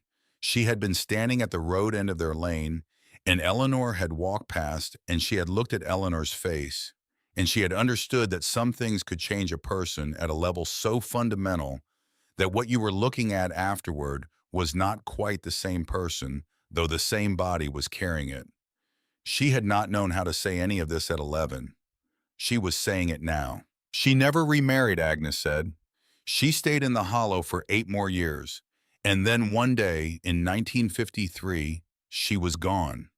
The house empty. Nobody knew where she went. The county just eventually took it over. She paused. "You're the first one who ever came looking," Agnes said, "in all those years." Agnes came back the following Wednesday, and the one after that. She brought different things, a tin of cookies, a photograph she found in a box that showed the Hollow in the 1940s stories she had been carrying for decades that had been waiting for someone to carry them too. She told them without sentimentality, in the plain direct way of someone who understands that the facts are enough, that embellishment is an insult to the truth. Zara listened with everything she had. She wrote in her journal in the evenings, and she found that the writing was changing, becoming fuller, more populated, less about her own interior and more about the world she was inhabiting. She was learning something that the poets she admired had always known, and that she had understood abstractly but not yet in her body, that writing is not what you do instead of living. It is what happens when you live carefully enough to pay attention. One morning in mid-November, she lit the first fire in the great hearth. Earl had given her a half-cord of split oak from a neighbor's woodlot. She stacked 3 pieces of the wood in the firebox on a bed of kindling, the way Earl had shown her, and she lit it with a match and watched the flame take hold and spread slowly, and then not slowly, the wood igniting section by section until the fire was fully established. The chimney drew the smoke up and out with a steady, purposeful pull, and the room filled with the kind of warmth that only a masonry hearth produces. Radiant, penetrating the warmth that comes not just from the fire itself, but from the stone absorbing heat, and then releasing it slowly into the surrounding space. The warmth of something that has been doing this for a long time and knows how. She sat in one of the wooden chairs in front of the fire that evening with her grandmother's journal, and she wrote for 2 hours. The fire settled as she wrote, the logs shifting and compressing as they gave up their stored energy. The room went golden around her. Outside the 2 small windows, the November dark fell complete over the hollow, no artificial light anywhere to soften it. She had been thinking about what Eleanor had written. The hearth holds what the heart cannot carry. She was beginning to understand what that meant, not as metaphor, not as poetry, but as a practical truth about how human beings manage the weight of what they carry through a life. There are things too large or too true or too painful to carry at full weight through every ordinary day. You need somewhere to set them down. Somewhere they will be kept. Somewhere they will be safe until you or the person who comes after you are ready to pick them up again. She was picking up what Eleanor had set down. She was trying to be worthy of the trust that implied. The call from her father came on a Thursday evening 3 weeks after she had moved into the stone house. She was working on the stone wall along the east side of the clearing, resetting a section that had collapsed at some point in the past 2 decades. Earl had shown her the technique: find the flat face, set it outward. Let the weight of each subsequent layer lock the one below. There is a logic to dry stack stonework that is almost like grammar once you understand it. Each stone is a word. The wall is a sentence. Built with attention to the weight and the angle of each piece, it says something that will hold for a very long time. Her phone buzzed in her jacket pocket. She looked at the screen. Dad. She took a breath, set down the stone she was holding, and answered. Kwame's voice was carefully modulated in the way of someone who has decided in advance what tone to use and has rehearsed maintaining it. He said he was glad to hear her voice. He said he understood she was in Kentucky. He said he had heard he did not say from whom, which was itself an answer, that she had found a property, that there were items of value involved, that a lawyer had been retained. He said, whatever you found there, Zara, as your parents, we have a responsibility to make sure you're protected. We should be part of this process. This is a family matter. If someone calls you only after they hear you found something valuable, not to ask how you are, but to discuss what you have, you already know what that call is. You already know even before you speak what your answer needs to be. Zara looked out over the hollow. The November light was doing what it did in late afternoon in these hills, turning everything briefly gold before it faded into gray, the light of a day that is finishing its business and moving on. She looked at the ridgeline above the hollow and at the cleared acre around the house and at the stone wall she was rebuilding, stone by stone, and she spoke. She said, I'm fine, Dad. I have a good lawyer and good neighbors and enough to live on.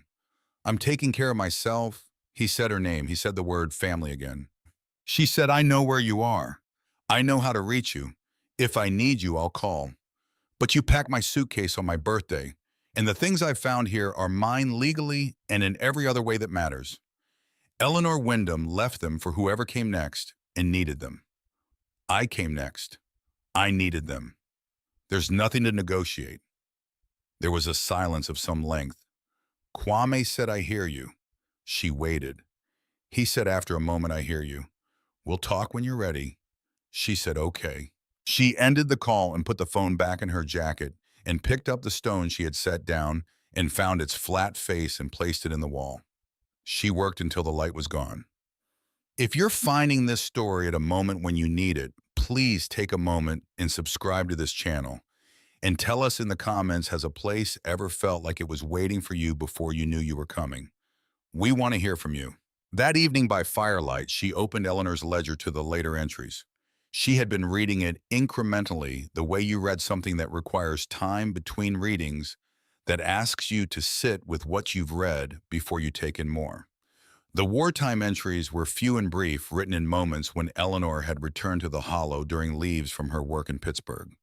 The entry from the winter of 1943 read, I came home for 2 weeks in December. The house is cold but sound. I built a fire in the hearth and it drew the way it always has.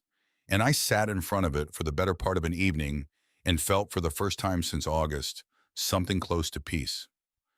Thomas is with his unit in North Africa. The last letter came 3 weeks ago. They say no news is normal now. I am choosing to believe that. I have met a woman in Pittsburgh who has become important to me. She is from Ghana, a place I knew only as a dot on a map before I met her. Her name is Abena. She is 23 years old, and she works with the Red Cross Auxiliary at Mercy Hospital, having traveled here from Accra as part of a Commonwealth aid initiative. She speaks English better than most people I know who have spoken nothing else their whole lives. She is precise and warm and funny in the particular way of people who are intelligent and have also known real difficulty and have not let the difficulty make them hard. She gives me courage on the days when courage is what I am shortest of. I am trying to give her something in return. I am not sure I am managing it as well as she is. Zara stopped. She read the name again. Abena, from Ghana, 23 years old in 1943. She set the ledger down on the mantel shelf and stood very still. She picked up her phone and did a simple calculation. If Abena had been 23 in 1943, she had been born in approximately 1920. If she had returned to Ghana after the war, as most Commonwealth auxiliaries had, and if she had had children in the late 1940s, those children would have been born around 1948 or 1950.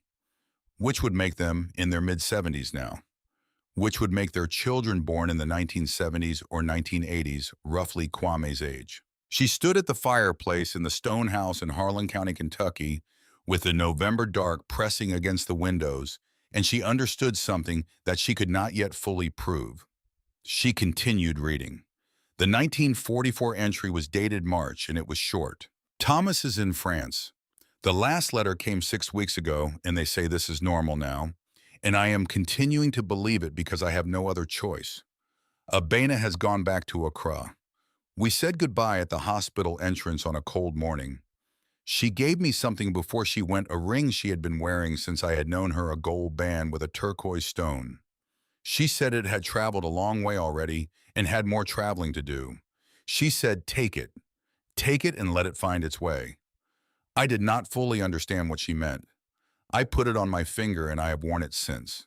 Zara's hand went to the ring on her right index finger. She stood very still. She stood there for a very long time. Then she opened the ledger to the final entry dated April 1953. I am leaving this hollow today for the last time.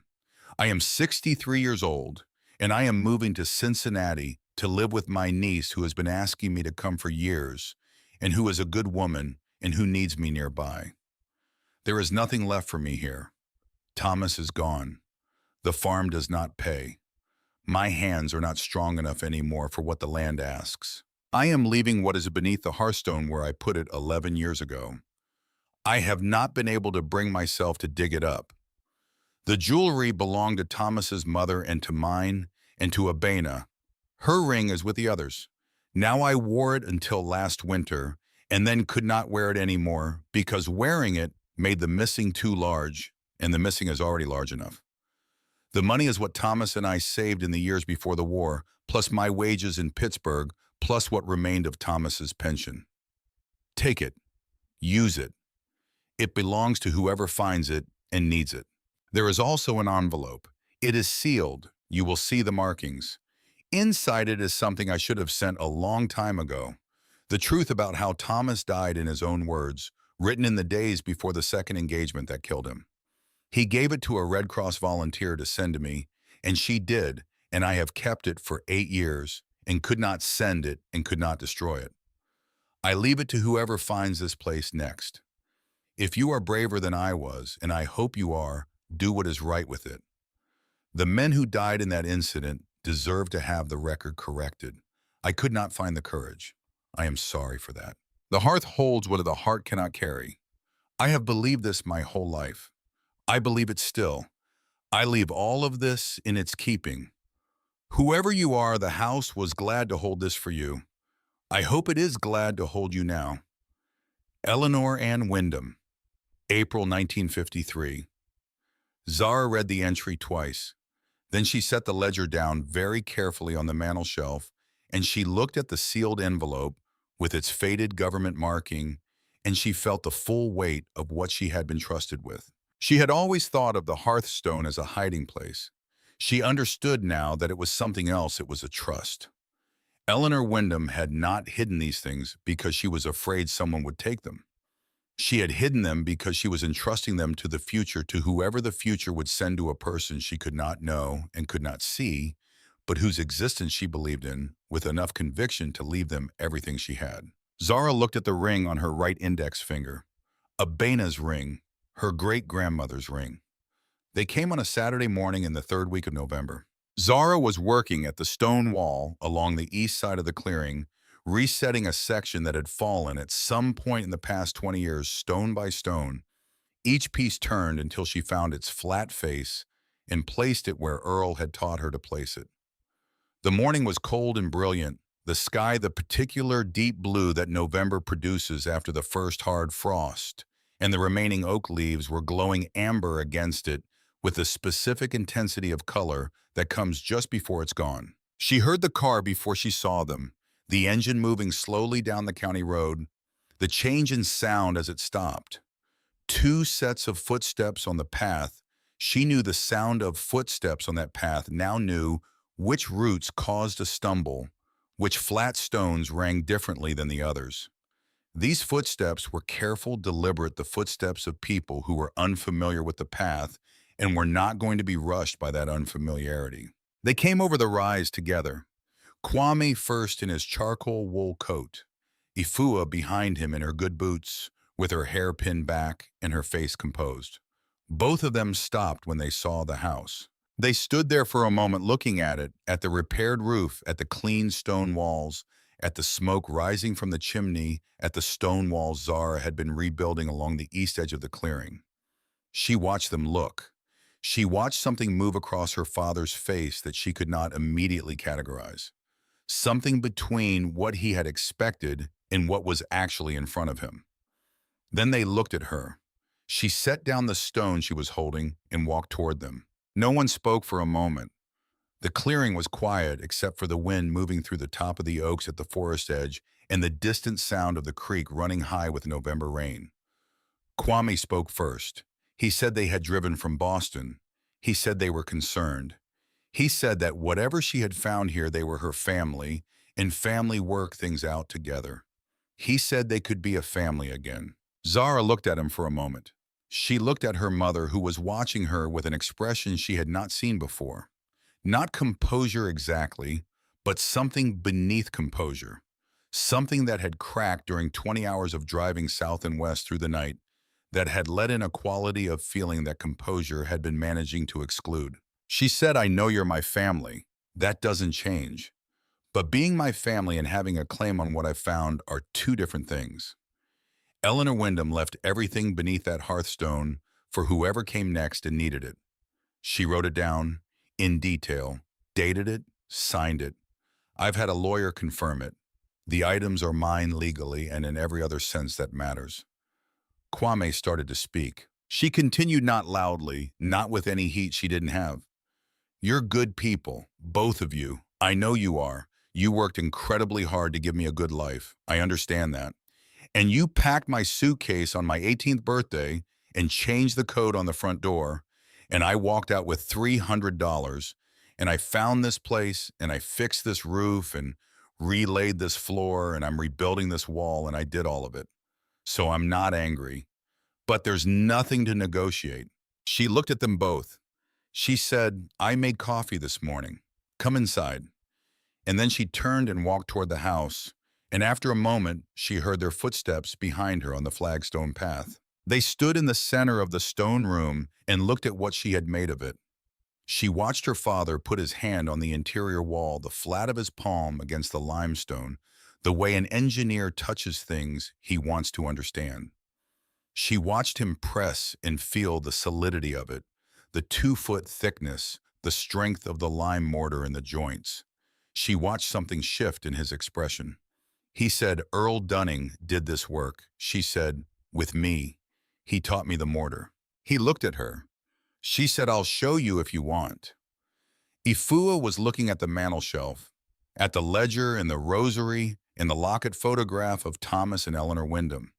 She was looking at it carefully, the way you look at something when you are trying to understand its history from its appearance, when you know there is a story there and you want to read it without being told. Zara poured coffee from the small pot she kept on the camp stove and set the cups on the wooden table, and they sat, the three of them, at the table in the stone house on the Kentucky hillside, and they talked. They talked for 2 hours, not about the property or the legal documents or the money or the discovery, about Nana Ama, about the ring, about what Zara had been writing about the ledger and Eleanor Wyndham, and what it meant to find a thing that had been left for you by someone who did not know you. Her father asked to read something she had written. She gave him the most recent poem, 28 lines written the week before about the hearthstone and what had been beneath it and what it meant to inherit not blood but intention. He read it twice, sitting at the wooden table in the stone room with the fire burning in the great hearth, and said nothing for a long moment after. Then he said it was very good. He said it the way he had never quite said it before, not as acknowledgement, not as concession, but as recognition. As if the word good had room in it suddenly for something it had not had room for before. Afua asked if she was warm enough at night.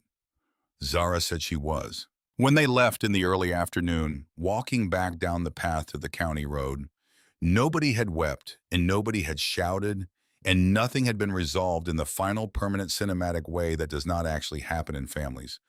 But something had been opened that had been closed. A small aperture, just enough light, just enough air to breathe in a new way. She watched the rental car move down the county road until the curve of the hill took it from sight.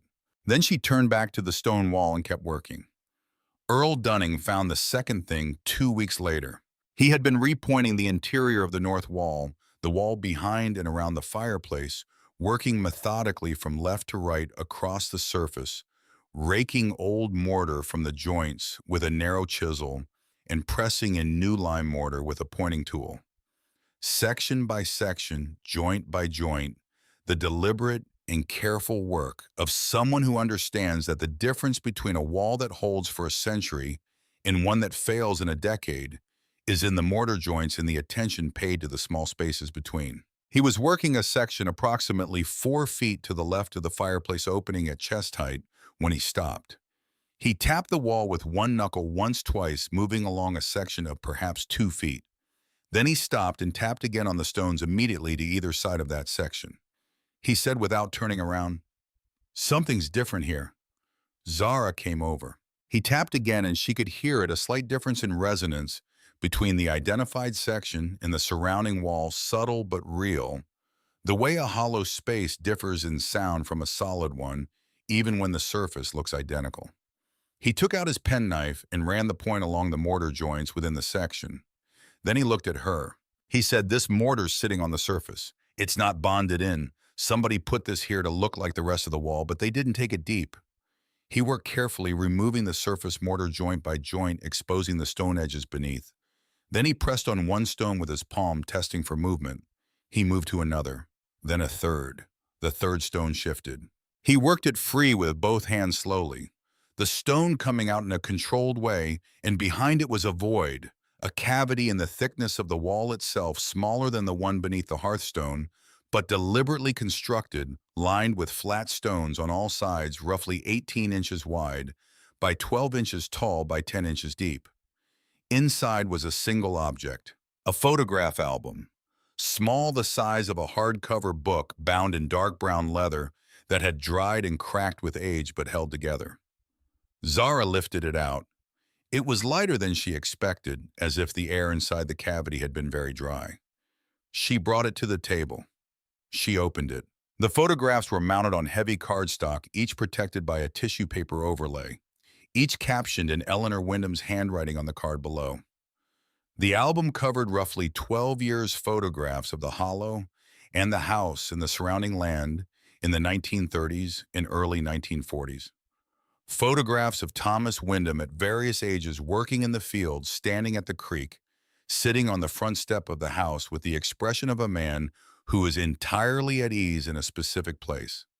Photographs of Eleanor herself, which were rare, taken by Thomas's hand. There were photographs from Pittsburgh, 4 of them dated in Eleanor's handwriting. Pittsburgh, November 1943. Pittsburgh, winter 1944. The Pittsburgh photographs had a different quality from the Kentucky ones. Harder light, less ease in the faces. The particular quality of people living and working in the middle of a war that is not yet over and may not go the way it needs to go. 3 of the 4 showed hospital settings quarters, a nurse's station, women in uniform standing in groups with the posture of people who are exhausted but functioning. The 4th was taken outdoors at a building entrance, stone steps, a winter sky. A cold morning visible in the quality of the light and the way the 2 women in it were standing, slightly drawn in against the cold. 2 women standing together facing the camera. Eleanor Wyndham on the left in her auxiliary nurse's uniform with the direct and attentive expression she wore in all her photographs. And beside her on the right, a young woman in a different uniform, Red Cross Auxiliary, the badge visible on her collar. A young woman with a face of particular intelligence and clarity, with high cheekbones and the specific quality of someone who is paying complete attention to everything around her. Eleanor had written a caption beneath the photograph in the same careful hand she used throughout the album. The ink had faded, but the words were perfectly legible. "My dearest friend, Abena Asante Accra, Ghana, Pittsburgh, 1943. She gave me courage on the worst days, and she gave me something else besides which I carry still, and which I hope will find its way back to where it belongs. Zara set the album down on the table. She pressed both hands flat against its surface. She breathed. She knew that face. She had known it for as long as she had been old enough to know faces. It had been in a frame on the mantel of the Brookline house for 18 years. The photograph of a woman who had lived in Accra in a time before Kwame was born, who had been Nana Ama's mother and Kwame's grandmother, and Zara's great-grandmother. A woman who had died before Zara was born, and whom she knew only through stories and one photograph and a ring. A ring with a turquoise stone. A ring with something written inside it that no one had yet been able to read. What do you call it when two strangers turn out to have been family all along? Not by blood, by something older and more durable than blood. By the kind of connection that forms between people who find each other in impossible circumstances and become necessary to each other, and who carry that necessity forward through time in ways that neither of them can see while they are living it. Eleanor Wyndham had stood in a hospital in Pittsburgh in the winter of 1943 and found in the person of Abena Asante something she needed: courage, clarity, the specific warmth of someone who was fully present. And Abena had given her a ring with words inside it, a ring she had placed on Eleanor's finger and said, "Let it find its way back to where it belongs." 70 years later, Zara O.C. had walked into the stone house in a Kentucky hollow and knelt at the hearthstone and found among the things Eleanor had left that same ring, waiting, the way old things wait that have not finished what they were made for. She picked up the ring from the mantel shelf where she had placed it after taking it from the tin box. She turned it in her fingers and looked at the interior of the band, and in the light from the window, she could see it faint, worn almost to invisibility, but there. Letters carved with something very fine curving around the inner surface of the gold. She got her phone and photographed it in the best light she could find, and sent the photograph to the professor of Ghanaian cultural history at the University of Kentucky, who had been corresponding with her since Gary Lester made the introduction. The professor's response came the following day. A Kantwi, she wrote, "Old orthography, probably pre-1950. I can translate it directly. Carry this to where love needs to go." Zara sat at the wooden table in the stone house and looked at those words for a long time. Abena Asante had worn that ring from Accra to Pittsburgh and had placed it on Eleanor Wyndham's finger in the winter of 1943, and Eleanor had worn it until she could not wear it anymore because wearing it made the missing too large, and she had placed it beneath the hearthstone with everything else. And it had waited there for 70 years, and Zara had lifted the hearthstone and found it and brought it home. Home, which was this house, this hollow, this particular piece of the world. Carry this to where love needs to go. Abena had understood something that day in Pittsburgh, something she could not have fully explained, but that she had trusted enough to act on. The ring had more traveling to do. It had not arrived yet. She did not know where it was going. She trusted it to find its way. It had found its way. Earl read the inscription himself by accident on an afternoon 2 weeks after the album discovery. Zara had taken the ring off while remortaring a section of interior wall. She almost never removed it, but the work required both hands in lime mortar, and she did not want the mortar in the setting. She set it on the edge of the table, and Earl, who was eating his lunch sandwich at the table, picked it up in the casual way of a man who handles objects for a living and who is not afraid of them, and turned it in the light from the window to look at it. He said, "Something on the inside here." She came over. He held it at the angle where the window light hit the interior of the band directly, and she could see the letters clearly for the first time. She had known they were there. The professor had confirmed them. But seeing them in this light in the physical ring was different from reading a photograph. They were present. They had been there all along, all 6 years. The ring had been on her finger all the morning she had touched it and thought of Nana Ama all the time she had pressed her fingers against it in the hard moments and not known what she was touching. She had already received the translation. She told it to Earl. He was quiet for a moment. He turned the ring once more in the light. Then he set it on the table and picked up his sandwich and said, "Well, somebody knew something." She put the ring back on her finger. She did. She opened the sealed envelope with Dr. Colton Birch present. Dr. Birch had driven from Lexington to Harlan on a cold December morning, a 2-hour drive through the mountains, arriving at the stone house with a leather briefcase and the manner of someone who handles historical documents for a living and treats that work as the serious responsibility it is. He was gray-haired, methodical, precise in speech with reading glasses he removed and replaced at intervals that appeared to correspond to the degree of attention the moment required. He put on cotton gloves before touching the envelope. He examined the exterior, first the paper, the seal, the handwriting. He confirmed that the materials were consistent with War Department correspondence from the 1944 to 1945 period. Then he looked at Zara. She said, "Go ahead." He opened it carefully, working along the sealed edge with a narrow letter opener, not tearing. Inside were 7 pages of paper thinner than the envelope, slightly different in texture, covered on both sides in handwriting that was less controlled than Eleanor's. The letters larger and less even the writing of someone who had been in the field for a long time and whose hand was tired. Dr. Birch read through all 7 pages before speaking. When he set the pages down on the table, he was quiet for a moment. Then he said Thomas Wyndham was a careful man, and a brave one. What he wrote here, he did not have to write this. He was already wounded when he wrote it. He wrote it because he believed the record should be correct. He explained what the pages contained. Thomas Wyndham's account, dated in the second week of March 1945, of an incident that occurred during a night advance near a town in western Germany.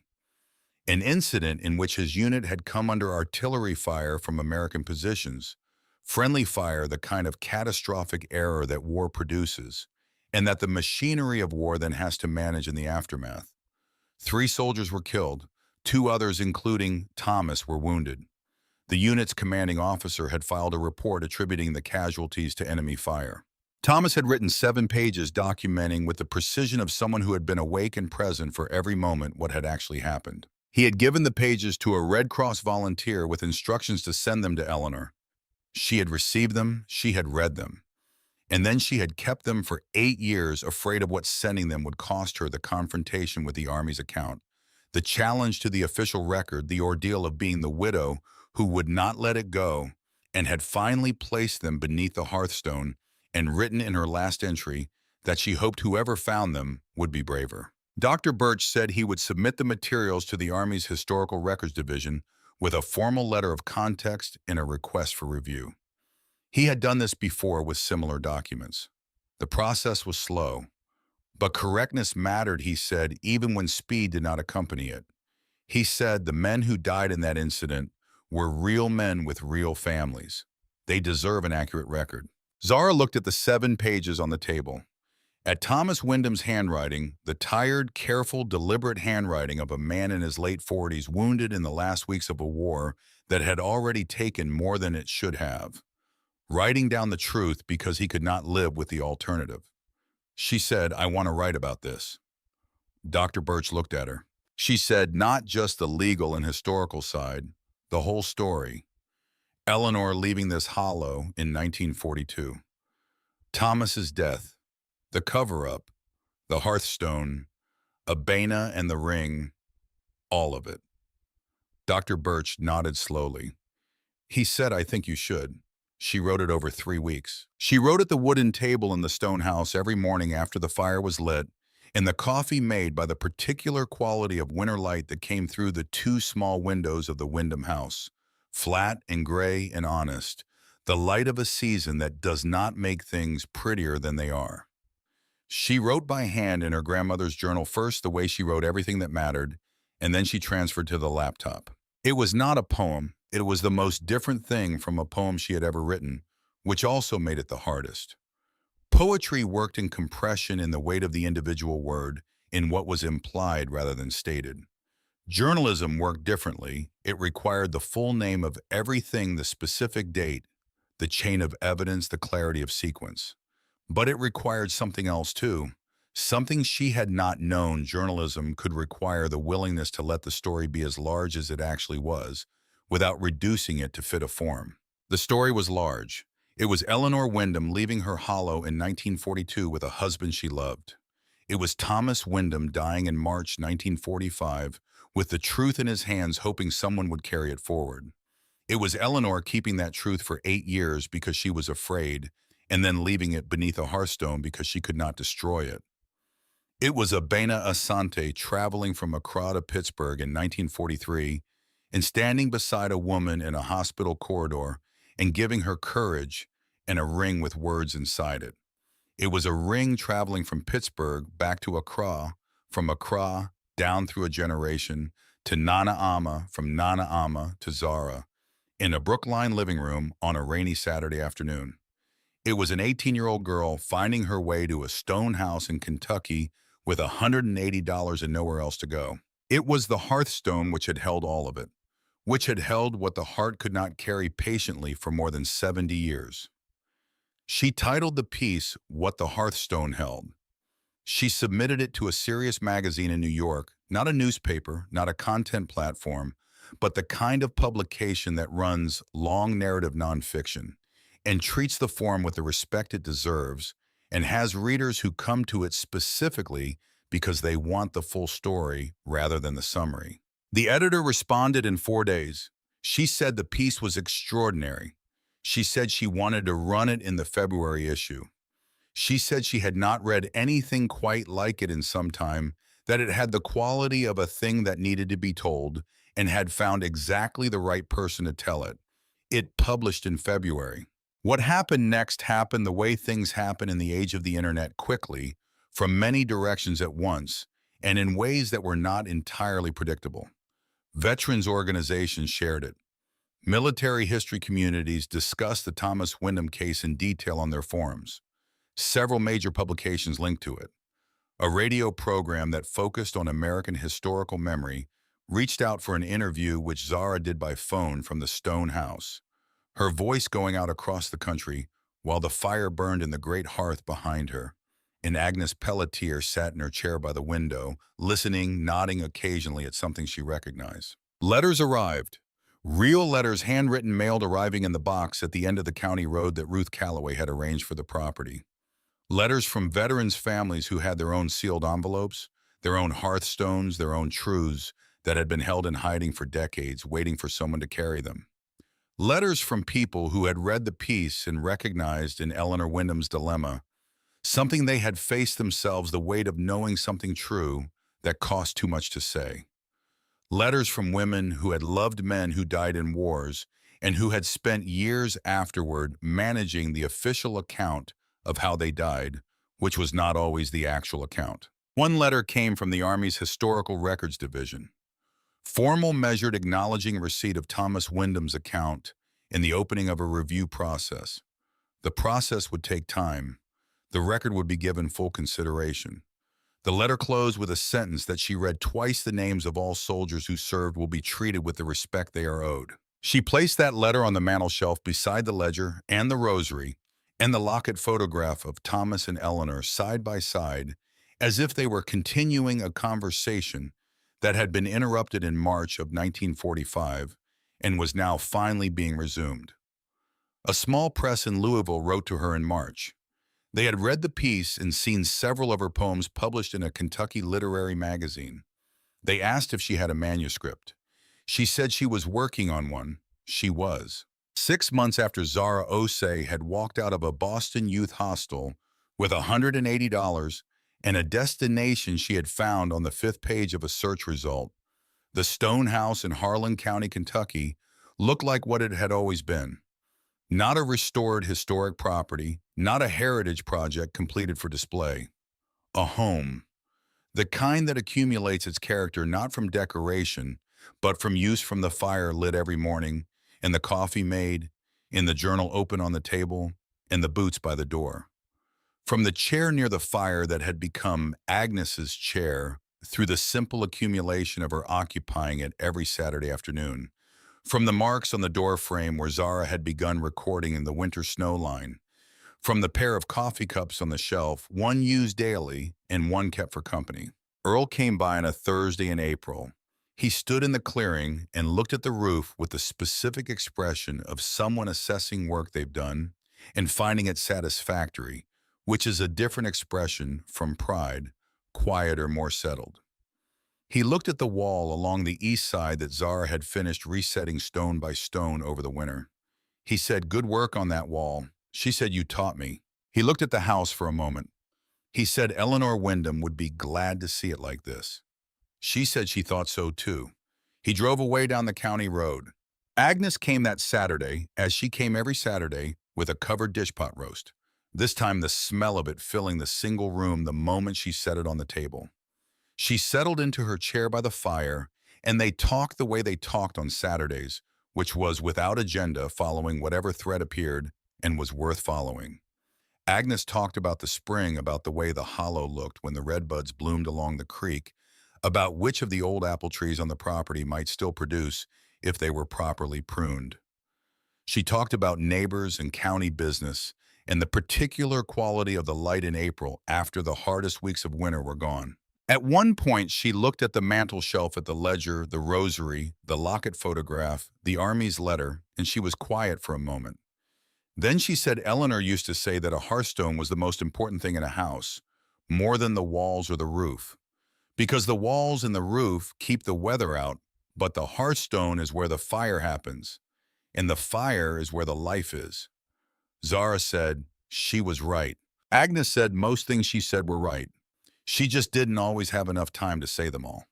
That evening, after Agnes had gone home down the county road, Zara sat at the wooden table with two objects in front of her. The ring with the turquoise stone.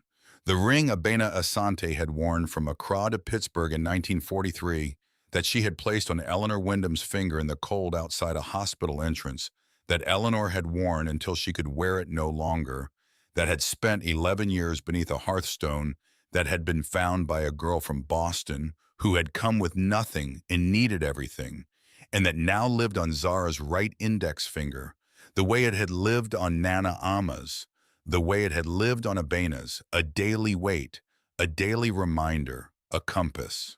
And the ring from the tin box, the one with the single deep blue stone, which had been in Eleanor's family, which had rested with the other jewelry in the oilcloth bundle for more than 70 years. Eleanor's ring, or Thomas's mother's ring, or some other woman's ring, worn by some hand for decades before ending up here preserved and waiting. Two rings, two women she had never met and who had between them made everything she currently had possible. She carried them to the mantel shelf. She set them side by side on the shelf between the ledger and the locket photograph, in the warmth of the fire that was burning in the great hearth below. She stood there for a moment and looked at them. Nana Ama had placed the turquoise ring on her finger and said, "Rings know things. You don't wear a ring for this many years without it learning something about the world." Abena had carved words inside it and trusted it to find its way. Eleanor had worn it and kept it and left it with everything else she could not carry in the place she believed would hold it until it was ready to go home. And here it was, home. That is the thing about hearthstones. They are not simply the floor in front of a fire. They are the center of a house, in the oldest sense of that word, the place where the fire is tended, where the family gathers, where the cold is refused entry, where the day begins and where it ends. The people who built their homes around hearths in the centuries before thermostats and radiators understood something about warmth that we have partially forgotten, that warmth is not a utility, not something you dial up and walk away from. It is a relationship. It is the fire you tend, and the fire tends you back. It is the thing you come home to. A hearthstone holds more than heat. It holds the years of standing before it, the hands held toward it on cold mornings, the conversations held in its light, the silences kept in its warmth, the particular silences of grief or of relief, or of the kind of contentment that does not need to announce itself, because it is simply present, filling the room, the way warmth fills a room from the center outward. It holds what the people above it could not carry through a whole life, the grief too large for daily use, the truth too costly to speak in its own time, the love too full to contain in any ordinary way. And what is set down in a hearthstone does not disappear. It waits, with the patience of stone, with the long, unhurried faith of something that has no reason to doubt that the right moment will arrive, because it has seen enough moments to know that they do. Eleanor Wyndham had understood this in the midnight of 1942, sitting at a table in a hollow in Kentucky with a lamp burning and her husband's boots by the door and the knowledge that she was about to leave everything she had ever known. She had written the hearth holds what the heart cannot carry, and she had placed her savings and her truth in a ring that was not originally hers beneath the hearthstone of a house she might never return to, and she had trusted the house to keep all of it until the right person came. She had not known who that person would be. She could not have imagined her an 18-year-old girl from Boston with Ghanaian grandparents and a turquoise ring and a journal full of poems and $180 and no plan except the one that was forming itself in real time. She could not have imagined any of that, but she had trusted the future enough to leave something in it. She had believed, without being able to prove it, that the future would send someone who could use what she was leaving. Abena Asante had understood the same thing in a different form. She had carried a ring from Accra to Pittsburgh in 1943, with words carved inside it that amounted to an instruction, a direction, not a sentiment. Carry this to where love needs to go. She had placed it on Eleanor Wyndham's finger in the cold outside a hospital entrance, and she had gone home back to Accra to the life that was waiting for her there. And the ring had stayed in the Wyndham Hollow for 60 years, until a girl who was Abena's great-granddaughter walked through the oak door and put her hand in the dark beneath a hearthstone and found it.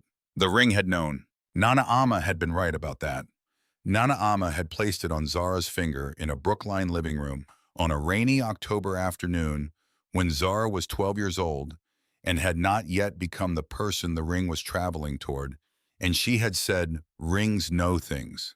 She had said it as fact, not as charm, not as the kind of thing people say to children to make the world seem more magical than it is. She had said it as someone who had inherited a ring with a purpose, and who understood that her job was to continue the journey to carry it to the next stage. Nana Ama had carried it from Accra to Boston summer after summer in the bag with the gifts and the ingredients that she would not trust to American supermarkets. She had placed it where it needed to go.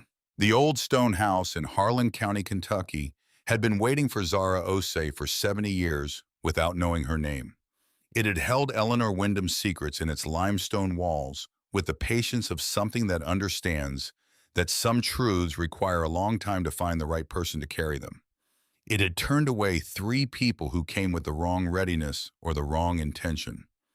And when Zara had finally walked over the rise in the path and stood at the edge of the clearing and looked at the house in the October morning and felt, without being able to explain it, that she was exactly where she was supposed to be, the house had recognized her. Not because she was special in any appointed or destined way, because she had come with nothing and needed everything and was willing to stay, because she was the person the house had been holding its breath for. And the hearth had held everything that needed holding.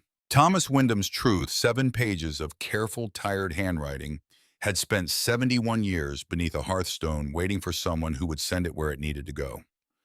3 soldiers who had died in an incident the official record described incorrectly were because of those 7 pages on their way to having the record corrected. That would not undo anything. It would not bring anyone back. But it would be true, and truth has a value that does not diminish with time. If anything, it compounds. Eleanor Wyndham had known she was not brave enough to send the letter herself. She had written, "I hope you are braver than I was." She had written it not as self-condemnation, but as a request, a trust placed in the future, a belief that the future would produce someone who could do what she could not. The future had. Zara Osei was 18 years old and had just been kicked out. She had $1 to her name, and she spent it on a crumbling stone house in the hills of eastern Kentucky, on a hearthstone that had been keeping secrets for 70 years on a hollow that had been waiting for someone who would stay and build a fire and write the truth and carry what needed carrying. It was the best dollar she ever spent. And if this story has found you wherever you are, whatever you are carrying, consider subscribing to this channel. The stories we tell here are meant to travel. And tell us in the comments, has a stranger ever left something behind for you? Something that arrived at exactly the right moment from a direction you did not expect. We read every comment, every single one, and we want to hear yours.